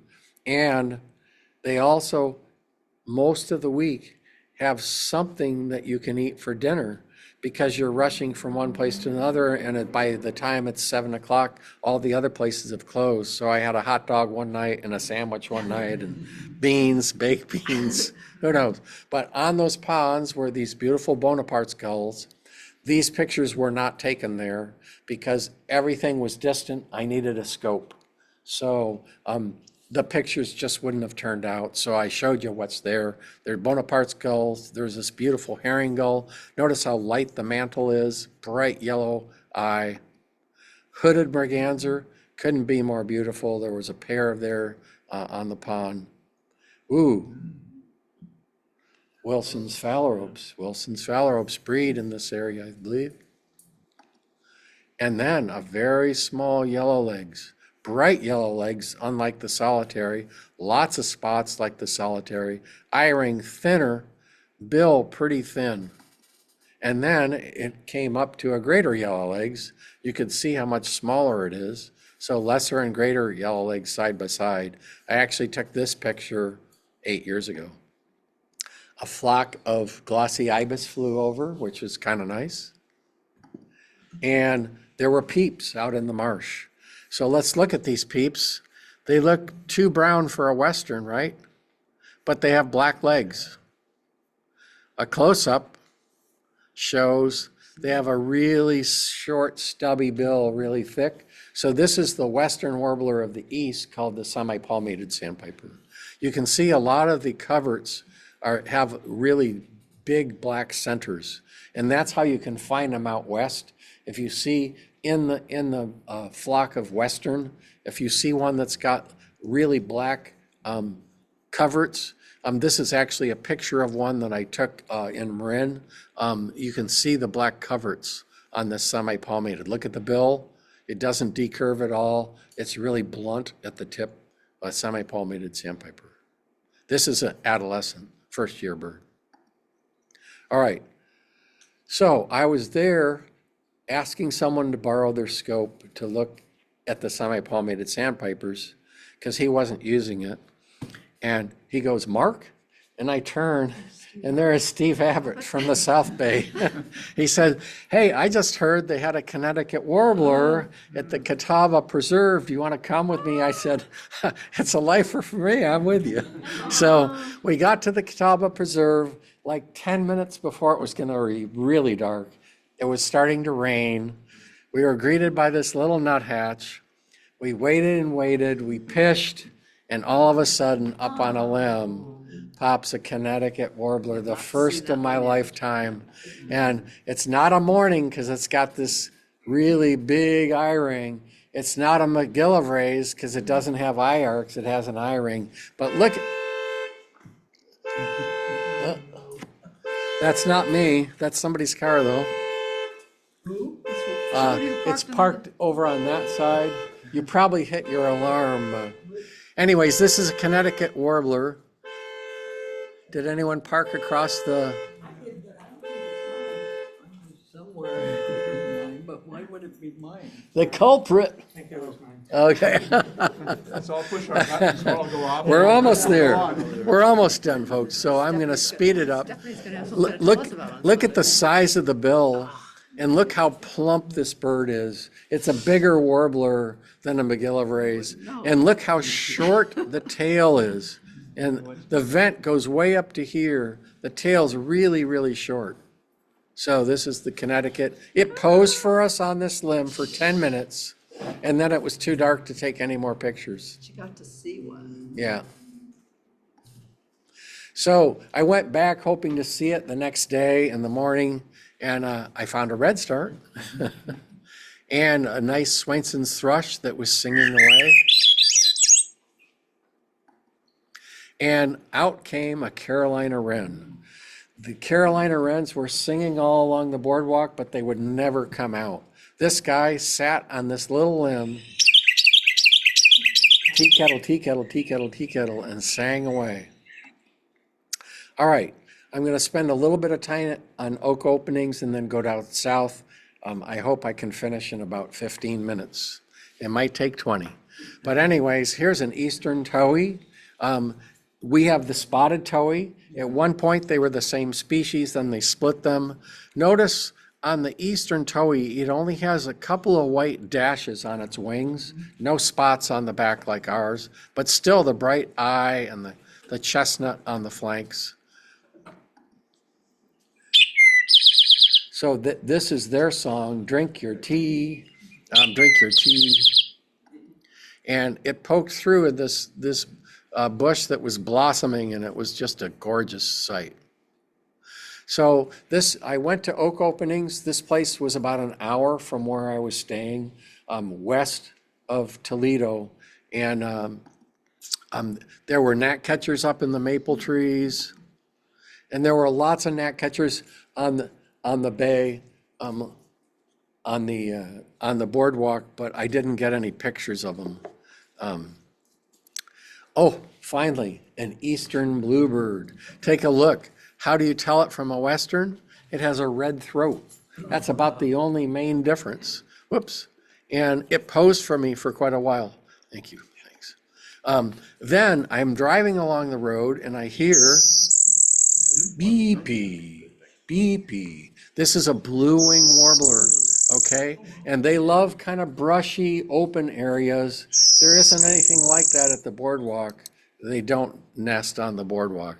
So the blue-wing warbler flew up into this tree and caught this spider and was munching away on it. Then it flew right next to me on this exposed branch and just posed.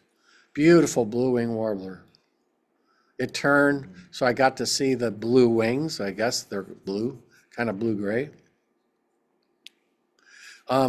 Then I went to the main center at Oak Openings, which is another metro park. It's a massive metro park. Ohio has these metro parks that are wildlife sanctuaries everywhere. It puts California to shame, really, I think. Anyways, and you don't have to pay for them, state park ranger. Anyways, the center there is called the Buhner Center. Some people donated this building. It has floor-to-ceiling, massive glass windows looking out at feeders. And so in would come the blue jay, in would come this little downy woodpecker. You know this is a male, right? Because of this red splash. You know it's a downy because you can see a little spots on the white outer tail feathers. And look at how spiked and stiff the tail is. That's what helps them climb vertical trees. A second later, in comes the female. She spread her tail nicely for us so you can see all the black spots of a female downy. Definitely a downy. Look at the bill, how small it is in comparison to the length of the head. Then she took off. You can still see the black spots, and look how many spots are on the wings and the coverts. Plus, Downies and Harrys have this white dash down their back. So a second later, in comes a Harry. It couldn't let that Downy show off without it showing off. Red, so this is a male. Look at the white outer tail feathers. No spots. Okay, look at how massive that bill is compared to the downy. Thick at the base and really much longer, almost as long as the head is wide. So I took this picture because it landed on the suet, and then it used its tongue to grab the suet and pull it down its throat. So see its little tongue right there? Yeah. You can see it right there. Wow. Next up on the peanut feeder, let's take a look at this bird. It has a really thin bill, right? Yeah. What the heck? It's a warbler on a bird feeder eating peanuts? I've never heard of it. So I had to look it up. And sure enough, in the wintertime, pine warblers will go and feed at feeders, and they'll sort of peck at the peanuts and then get the meal and eat the meal to survive through the winter. And a lot of them overwinter in Florida where it can get pretty cold, and as well as here. Well, wasn't overwintering here, but it was still at the feeder on its way north. A little tufted titmouse came and sat on the feeder. Look at what it's got in its paws. It uses its paws to hold the sunflower seed, and then it pecks it till it can get to the meat. A little nuthatch, of course. Cardinals flew in. Finally, a picture of a female. I didn't see any females on the boardwalk. They were there, but they were more or less hidden. And then in flew this woodpecker. Now, these pictures are all taken through glass. So I thought they're not going to turn out, but the glass was so polished, it was perfect. So this is a red-bellied woodpecker. Notice how thin the red is on the head. You know, when I think of them as having a lot of red on the head, but it's actually a pretty thin area. But the back has bands on the top and dots or speckles, lines on the lower back, and of course the tail. So I took a walk out through the woods, and they're singing taco taco. It's a hooded warbler, right?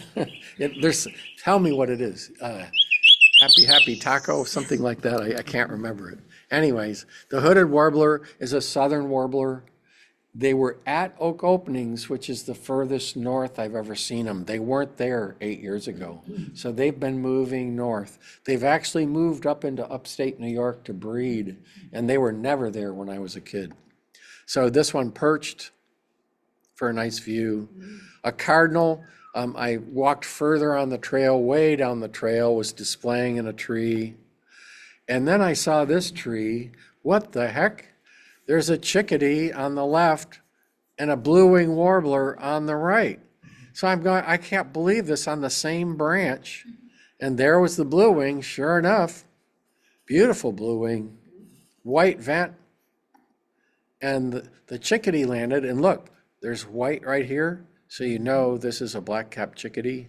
On these greater coverts, if it's got white beyond that big sort of splash of white, it's a black-capped chickadee. A redstart peered down at me. And then I met a bird who said, hey, there was a barred owl at eye level about 10 minutes down the trail. So I searched for 20 minutes, and it was up about 30 feet and hidden. But anyways, I was able to see it.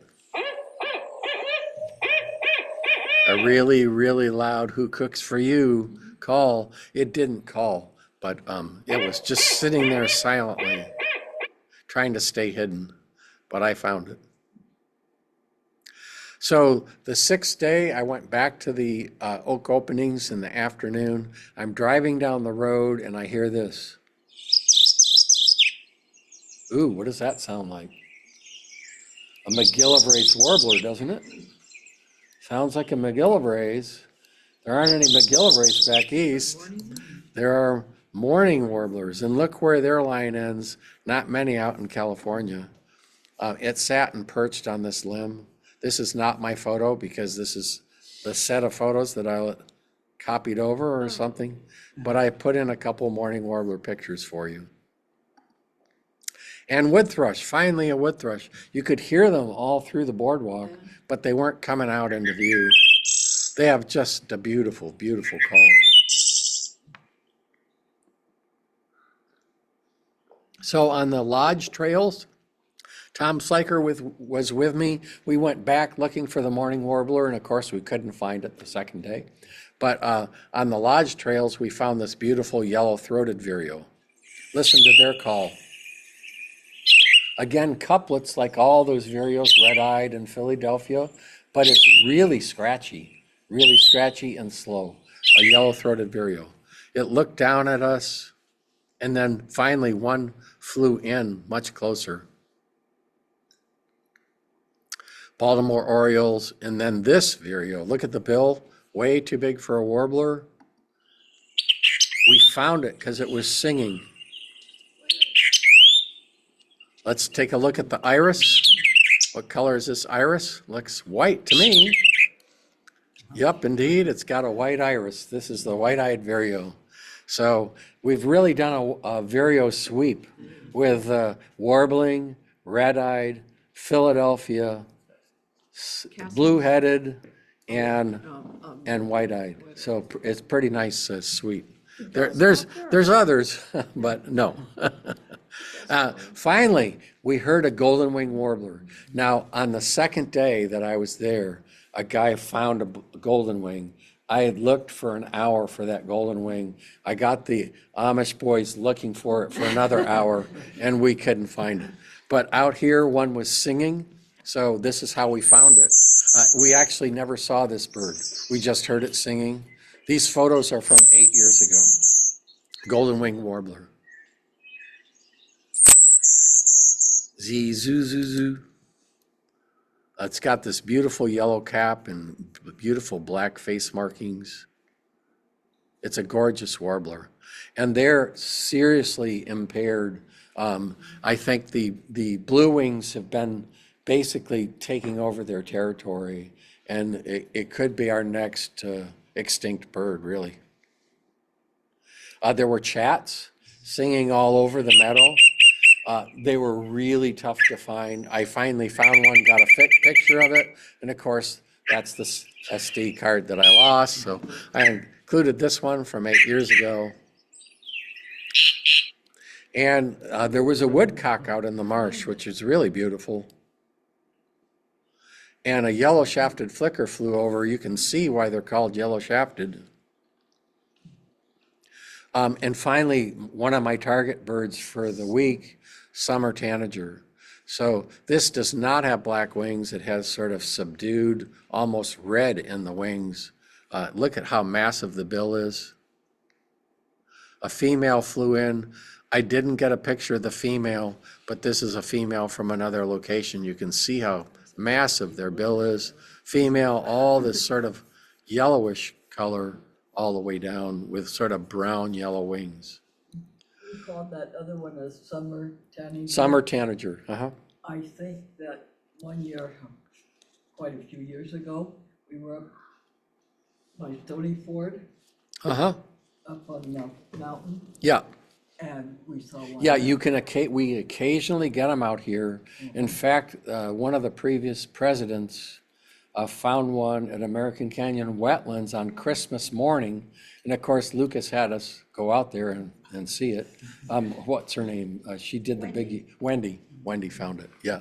So here's a veery thrush. Anytime you see a thrush with this red of a back, you know you got a veery. Beautiful, beautiful song. It turned and looked, and you can see their speckling is very faint and very kind of subdued or blurred. A white throat, the veery thrush. I found pine warblers out in the woods. This is the same place as where the feeders were. So chances are it might have been the same pine warbler. I don't know. This was a few days later though. And then finally this guy came and lit on a branch. The red-eyed vireo, look at the eye. Bright, bright, dark eye line and this dark edging to the cap sets it aside from a warbling with a greener back. Yellow on the flanks, but warbling can have that. There were these rectangular holes in trees. Everyone know what drills out those rectangular holes? The pileated. I never got a picture of one. They flew over all the time, but this is from Florida. So anyways, lots of redheadeds. And then finally I made my way back to the lake, and there was a little eastern phoebe perched on this branch. Kind of like a black phoebe, but really distinctly different. Much brighter white. And Not as dark. all right. So while I was there, I met a birder. We got to talking, and I talked about how I had seen sedge wrens the year before. And he said, oh, go out to Irwin Prairie Preserve. There's sedge wrens there. It was only like 45-minute drive, so sure enough. I'm kind of turning into Lucas, I think. So I went to Irwin Prairie Preserve, and I'm getting the, wrong direction. And they had a bluebird box. And these eastern bluebirds were there, and in flies this female I love this picture. And then a second later, this tree swallow came storming in, trying to take over the box, and the female attacked it. Then before long, it was trying to drive it off, but two tree swallows came in, and she was sitting on the box by this point, and they finally forced them away. And so, of course, they had to celebrate with a little kiss, and then maybe a little more than that. But then the female chased the male away. But he came back, and finally they settled whatever disagreement they had. In the woods was this little least flycatcher. How do I know it's a least? Look, it's got a pretty solid eye ring. It's got really contrasty wing bars, and look how short the primary extension is. I know this is a long show. I'm sorry, folks. We've got probably 10 minutes left. So this is the least, another view of the least. And finally, a sedge wren popped out. I had to pish. I have to admit, I played the song one time, but it popped out on a limb. And I was leaving. I got these, a really different call. Chip, chip, ch, ch, ch, ch, ch. I got some really splendid pictures of a sedge wren. And I was leaving and another group of people came, so I went back and showed them where I found it. There were probably 2 or 3 pairs, that's it, in this whole marsh. And I was fortunate enough to find one. Sedge wren. The sedge wren used to be called the short-billed marsh wren, and the marsh wren used to be called the long-billed marsh wren. So they changed their names at some point, I don't know when. All right, I was going to show you where I went in southern Ohio, but I showed you that already. Over on the Pennsylvania border, it was literally a 3-hour drive from the biggest week to get down there. I stopped at the Wilderness Center halfway there, about an hour and a half down, and the first thing that greeted me was this little flycatcher. Really a different call. It's very, very, very sweet, kind of. I don't know how to describe it, but this is an Acadian flycatcher. So again, a nice eye-ring. They all look the same. You got to hear them call to be really certain of what you're seeing. But look at the primary extension on this guy. That's the longest primary extension I think I've ever seen on any flycatcher. Look how long that is. And it finally caught a caterpillar and sat there and popped it in its mouth and ate it. This red-eyed vireo came in and landed on a branch literally 5 feet from my camera lens. So I had to take these pictures of it with all this nesting material. I said, there's got to be a nest somewhere. I turned around and there was the nest right there. He had woven all these grasses and leaves into the nest. So my next target bird that I never had a very good picture of was singing away at the Wilderness Center, a rising sort of trilly, buzzy. The cerulean warbler. So the male was singing. It has this thin little necklace, nice bright wing bars, and basically is this cerulean blue all down the back. It's got almost like these eye spots in the tail. It peered down at me and then sat on another branch and then sang some more. And then this is maybe the best picture I got of it, cerulean warbler. Their numbers are plummeting. There are not many left. They're almost never in we've never seen one in California. It's one of the few. We've seen, I think, 36 or 38 species of eastern warblers in California, but never a cerulean. Yeah. A female tanager, scarlet tanager. And the titmouse again. You can see how the tufted titmouse has this black blaze over the bill, really different from our oak titmouse. Hooded warbler. And now I went south and met my friend Scott Pendleton. He said his name was Scott Upland, because he was going to show me upland sandpipers. So I said, I'll be there. So anyways, first bird he showed me was this Carolina chickadee. Notice the greater covert doesn't have that white blaze of the blackcap. He said there's this 20-mile line, and north of the line there's blackcaps, south of the line there's Carolinas. And we were right just south of that line where there are Carolinas. So yellow-throated warbler was up in the tree singing away. He took me to this riparian area where he promised me Kentucky, yellow-throated. We heard them. This is the only one I saw. So I was really glad because he promised me cerulean. I was really glad I stopped at the Wilderness Center. There was a blue wing singing, and it perched for a little bit. And then finally we went to the grassy area. Here's the upland sandpipers. Now, when I was a kid, we called these upland plovers. they were considered to be a plover, and then they switched their family into the sandpiper family.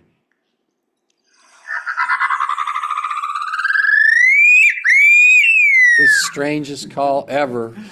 So 8 years ago, these were in the grassy fields by oak openings, and I went back specifically the first time to see these, and they had mowed the fields absolutely to the bone. So there were no uplands there. So I was thrilled to see them. This is pictures actually from Texas, but we saw these two in the road, and I was afraid to get out of the car because I knew it would spook them. So we took a couple pictures, and then I got out and they took to the wing. And that was the only uplands we saw. I think we saw 5 maybe. But also in the field were these birds singing away. The most beautiful call in the bird world, I think. The bobolinks. Who knows?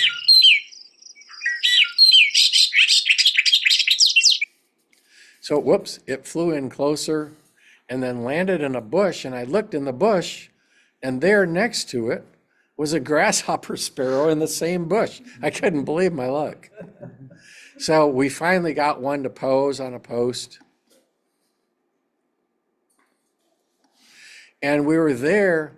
This is a female bobolink that I took up in Humboldt area, just to show you the difference between a male and a female. Strikingly different. The females are all on their nests. They almost never come up at this time. It was also a really windy day. So we went there to see this bird, the Henslow sparrow. There were Henslow sparrow in that same field with the uplands. They mowed it. So I think there were some guides that knew where to find them at the biggest week, but I never found out. But we had at least 30 singing in the grass. And the most I saw was the top of one's head. No, couldn't get a picture because it was 25-mile-an-hour winds. They would not come out. And we even ran at them and they wouldn't come out. They ran away. So I took this, this is someone else's picture of a Henslow sparrow, very endangered sparrow, because all the grassland sparrows are really declining because of all the pesticides. This is what we heard all through the fields. I walked 3 or 4 miles in these fields trying to see a Henslow's, and this is all I heard. But the grasshopper sparrows perched right up, and they have this extended trill buzzy song.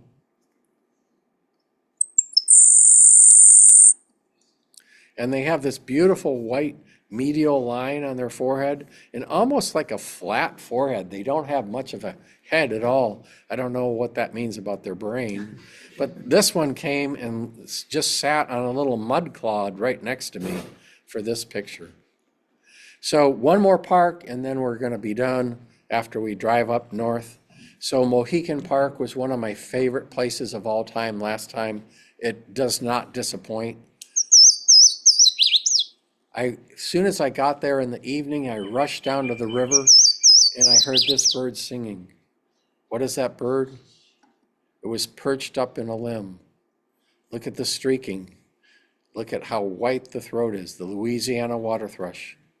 Okay, notice how the streaks end right here in the mid-belly, whereas the northern went all the way down to the vent.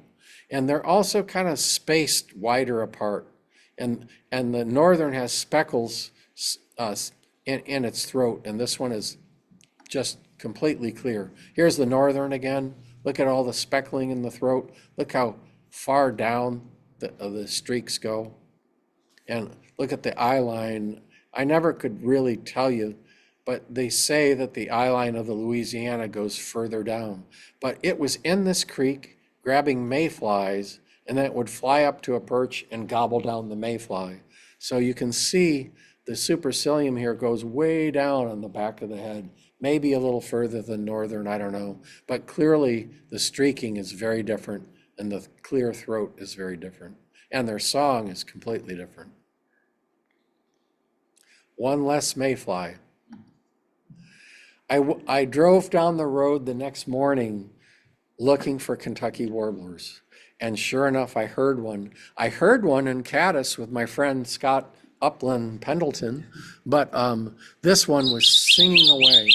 So I literally abandoned my car, not quite in the middle of the road, but off to the side, and I went running into this deep forest. And it was so dark in there, it was really hard to get a picture. It was like 6:30 in the morning, and this guy perched on this horizontal limb and sang and sang. And then when I got there closer, it looked at me. You can see this beautiful black face pattern and yellow over the eye. Kentucky warbler. It flew into a branch even closer and posed right there for me. Look at the legs. Just, it's basically all yellow in the front, all sort of olive green in the back with this like really beautiful face pattern. I've seen one Kentucky, maybe two in California. They're usually on the ground and they don't leave the ground, so you've got to like dig through the ground in order to find them.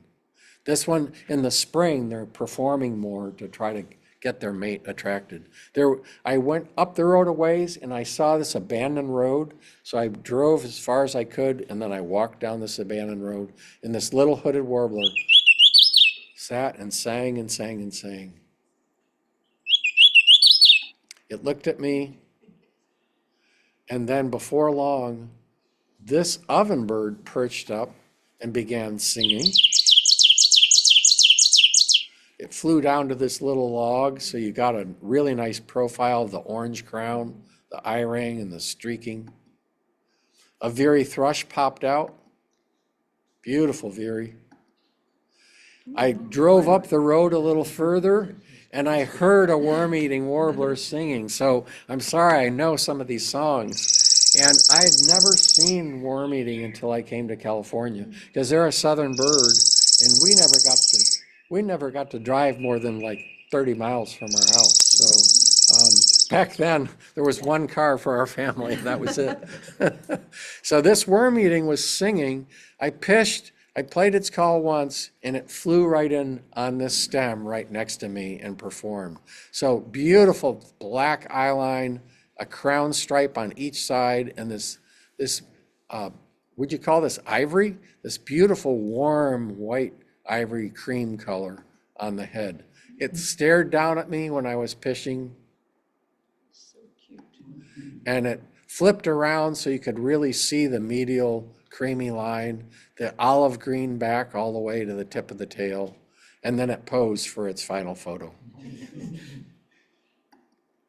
So I went from there up into the park to what's called their historic covered bridge. I should have taken a picture of it, but I didn't. But this is the trail that goes out to what's called Lyons Falls. And it was a trail we took 8 years ago and found Louisiana water thrush on. Now I've seen them in a couple places, but whoops, sorry, wrong way. I decided to walk out there anyways. It's absolutely beautiful along the Mohican River here. Maple trees lining the forest. There were yellow-throated warblers singing, but I never could get a hold of one. I did see this parula really close. A water thrush popped up on a branch for me and sang away. You can see the clear throat. Went on to a higher branch. Another Acadian flycatcher. See how long the primary projection is here? And look how the underbill is very yellow on an Acadian. Finally, Canada started singing. So it's kind of all jumbly, but all sort of in a narrow pitch range. I followed it all the way for a mile down the trail and a mile back, and then finally it perched in this leaf for me, in this like sapling, and just sat there while I took pictures of its necklace. Canada warbler, beautiful blue back, veery. So now I'm headed way up into the breeding territory in upper Michigan. It took, I'm thinking like, I drove for 2.5 hours. I couldn't drive anymore. It was 9:30. And then I drove another hour and a half in the morning to get up there. So it was probably 5 hours of driving. I went into a red fir forest and found a creeper, found an ovenbird, but then I went to the breeding territory for the Kirtlands. It was windy as windy could be, 25, 30 mile an hour winds. I going, why did I do this drive? I saw Kirtlands already, but I wanted to see the jack pine forest. I've never seen it. And here we are, little trees, probably 4 or 5 feet, maybe 6 feet tall. When you get up close, they have a pine cone, almost like a lodgepole pine. Okay, I don't know if they're related or not. All through it's a very open, there's only one, a very open forest. And field sparrows were singing everywhere. Remember our field sparrow? And then all of a sudden in the distance, I heard all these thrashers singing.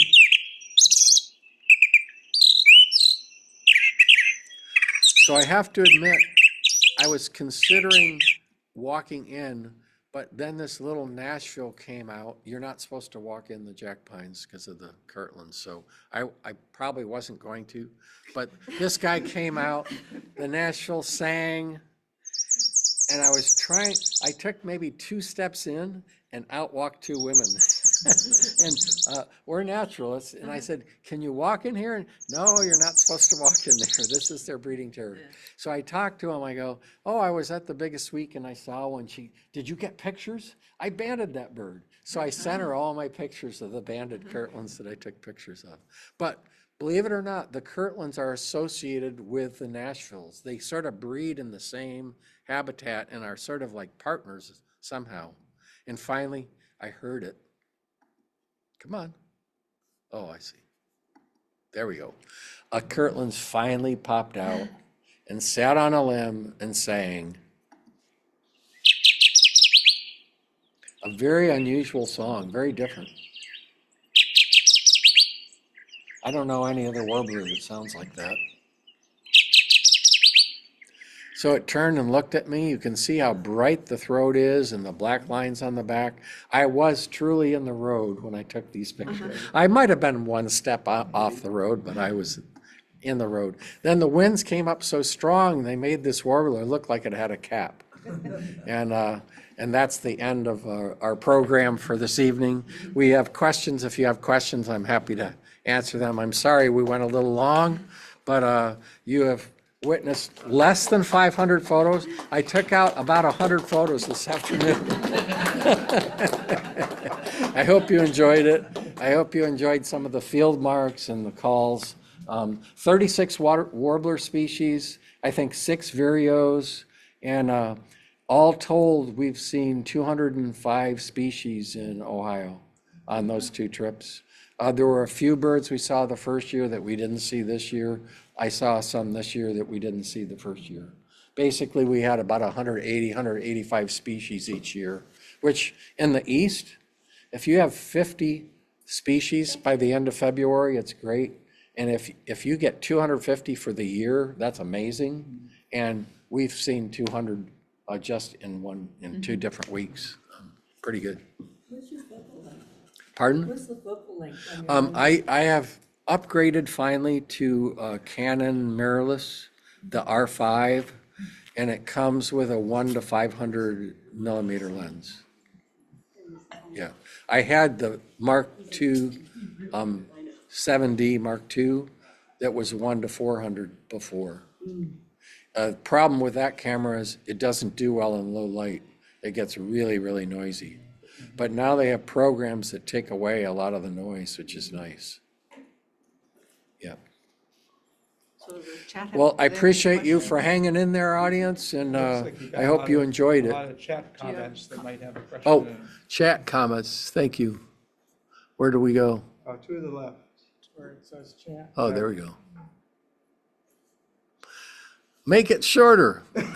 Still can't see anything. I think that was the map. They couldn't see the map. No map. Maybe they don't know. Okay. We see only the words. Okay. Nothing too significant in the chat. Sorry, chat. We had, I think, 20-some people in the Yeah. thing for a while, and we had like, how many people here? 16 or something like about that, right. 14, People are 16. Early Yeah, to bed people. so it's great, I know. So I hope you enjoyed it. Any questions about biggest week or anything that I've shared? Once you got past the Saturday, Sunday, when you first got there. Did it get any Was better? the crowd on the boardwalk any less on Monday, Tuesday, Wednesday, or was it pretty much wall to wall like that the whole time? You know, when it's the biggest week, it probably. If there was a rare bird, Yeah. it was crowded. In fact, sometimes there was a morning warbler spotted. I actually spotted it, or I didn't spot it, but I photographed it. That was one of the photos that vanished. But there were so many people couldn't get through. And some people trying to get through were not so happy that there was a Yeah. crowd, but Yeah, yeah. it happens. Yeah, I mean, that would just Yeah. ruin it. Most of them were birders. Yeah. But if you went in the morning, it wasn't so bad. And it's 2.5 miles and there's offshoots. Yeah. Right. So, yeah. I mean, there's Like you say, if probably, there's something there's probably 4 miles of reported, boardwalk everyone that you can collects. spread out. Yeah, that's right. Yeah. Carolyn's. And if word gets out, people move back or move forward Yeah. wherever it is. But yeah, And once- they have an app that they use. Hey, I just found one golden wing was seen the day I was at openings. And in the afternoon, it came back, and I was there in the afternoon, but I didn't stay long enough, I guess. But that is a really rare bird, the golden wing warbler. Oh, I know, they're really yeah. hurting. Yeah. I know I when went to Mohegan State when I was 6 camping. Oh, my gosh. That was my second year going away camp. Wow. Yeah, Mohican State Park is gorgeous Yeah. and filled with birds. I just mean, remember Kentucky, Burning Bridge. yeah. Yeah, there were lots of yellow-throated warblers singing. And, I don't know if I heard cerulean there. I might have heard cerulean, but I could never chase them down. So I'm so glad I went to the Wilderness Center for that Yeah, when one. we were in Texas, Yeah. that was the big one. We Yeah. saw that, that was the one. that I was the everybody only going to look person for, at the too. Wilderness Center on those trails. I was all by myself. Yeah. Where's Yeah. the Wilderness Center located? It's sort of directly east of Mohican. So when I went to Caddis, I went down this way and then I went back this way to Mohican. So Mohican is west. Right. Yeah. Yeah.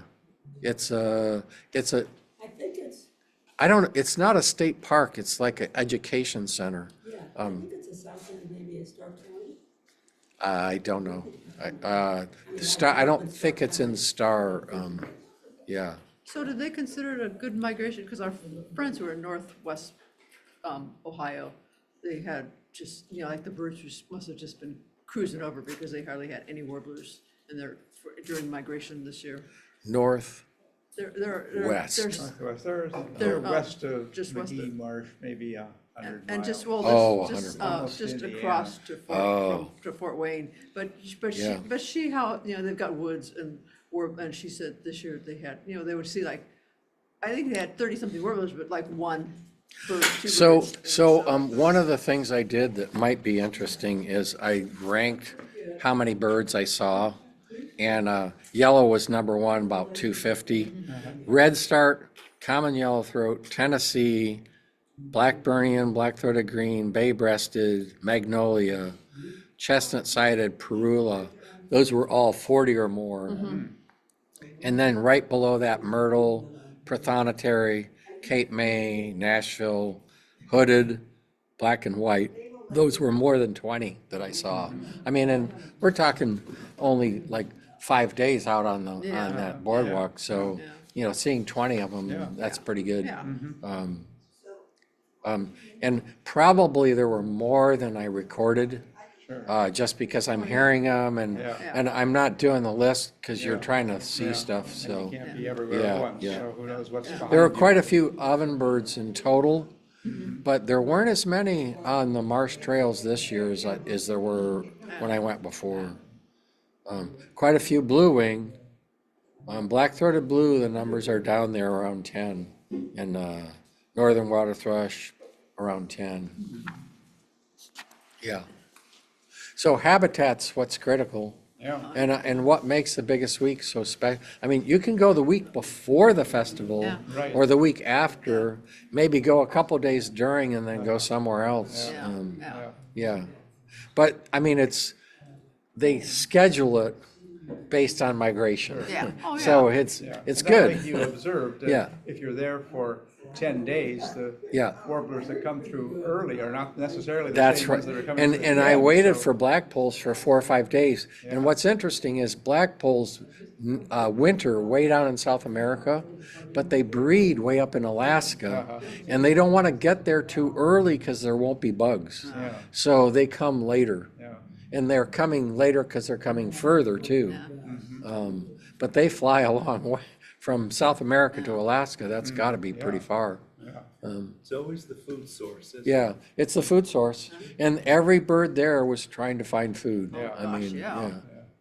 very actively. Oh, yeah, they're hungry. Yeah, yeah. Yeah, one year we were there, it was so bloody cold, it was still icy when we were there for the, what was it, big count thing that we were there for in Ohio with our friends. Global, whatever the second Saturday in May is Yeah. called, Oh, Yeah, but it was. Yeah. kind of a global day. that- Still- I don't know if they still observe. oh, it the or big if day. The big Uh, day. the Cornell's big day, Yeah. Yeah, probably. we went Oh, back there uh-huh. 1 year to a very late winter. Oh, that's what we went. Oh, And We the, had our the gloves and our jackets. and I didn't there mention wasn't- this. curtain warbler wasn't had a not No, showed up. I yet. didn't mention this, but the first year we were there in May, there was a snowy owl still there. Yeah. And we got, I should have included that. Why wasn't that Yeah, I know, I don't know. There are too many. I took out like 100 today.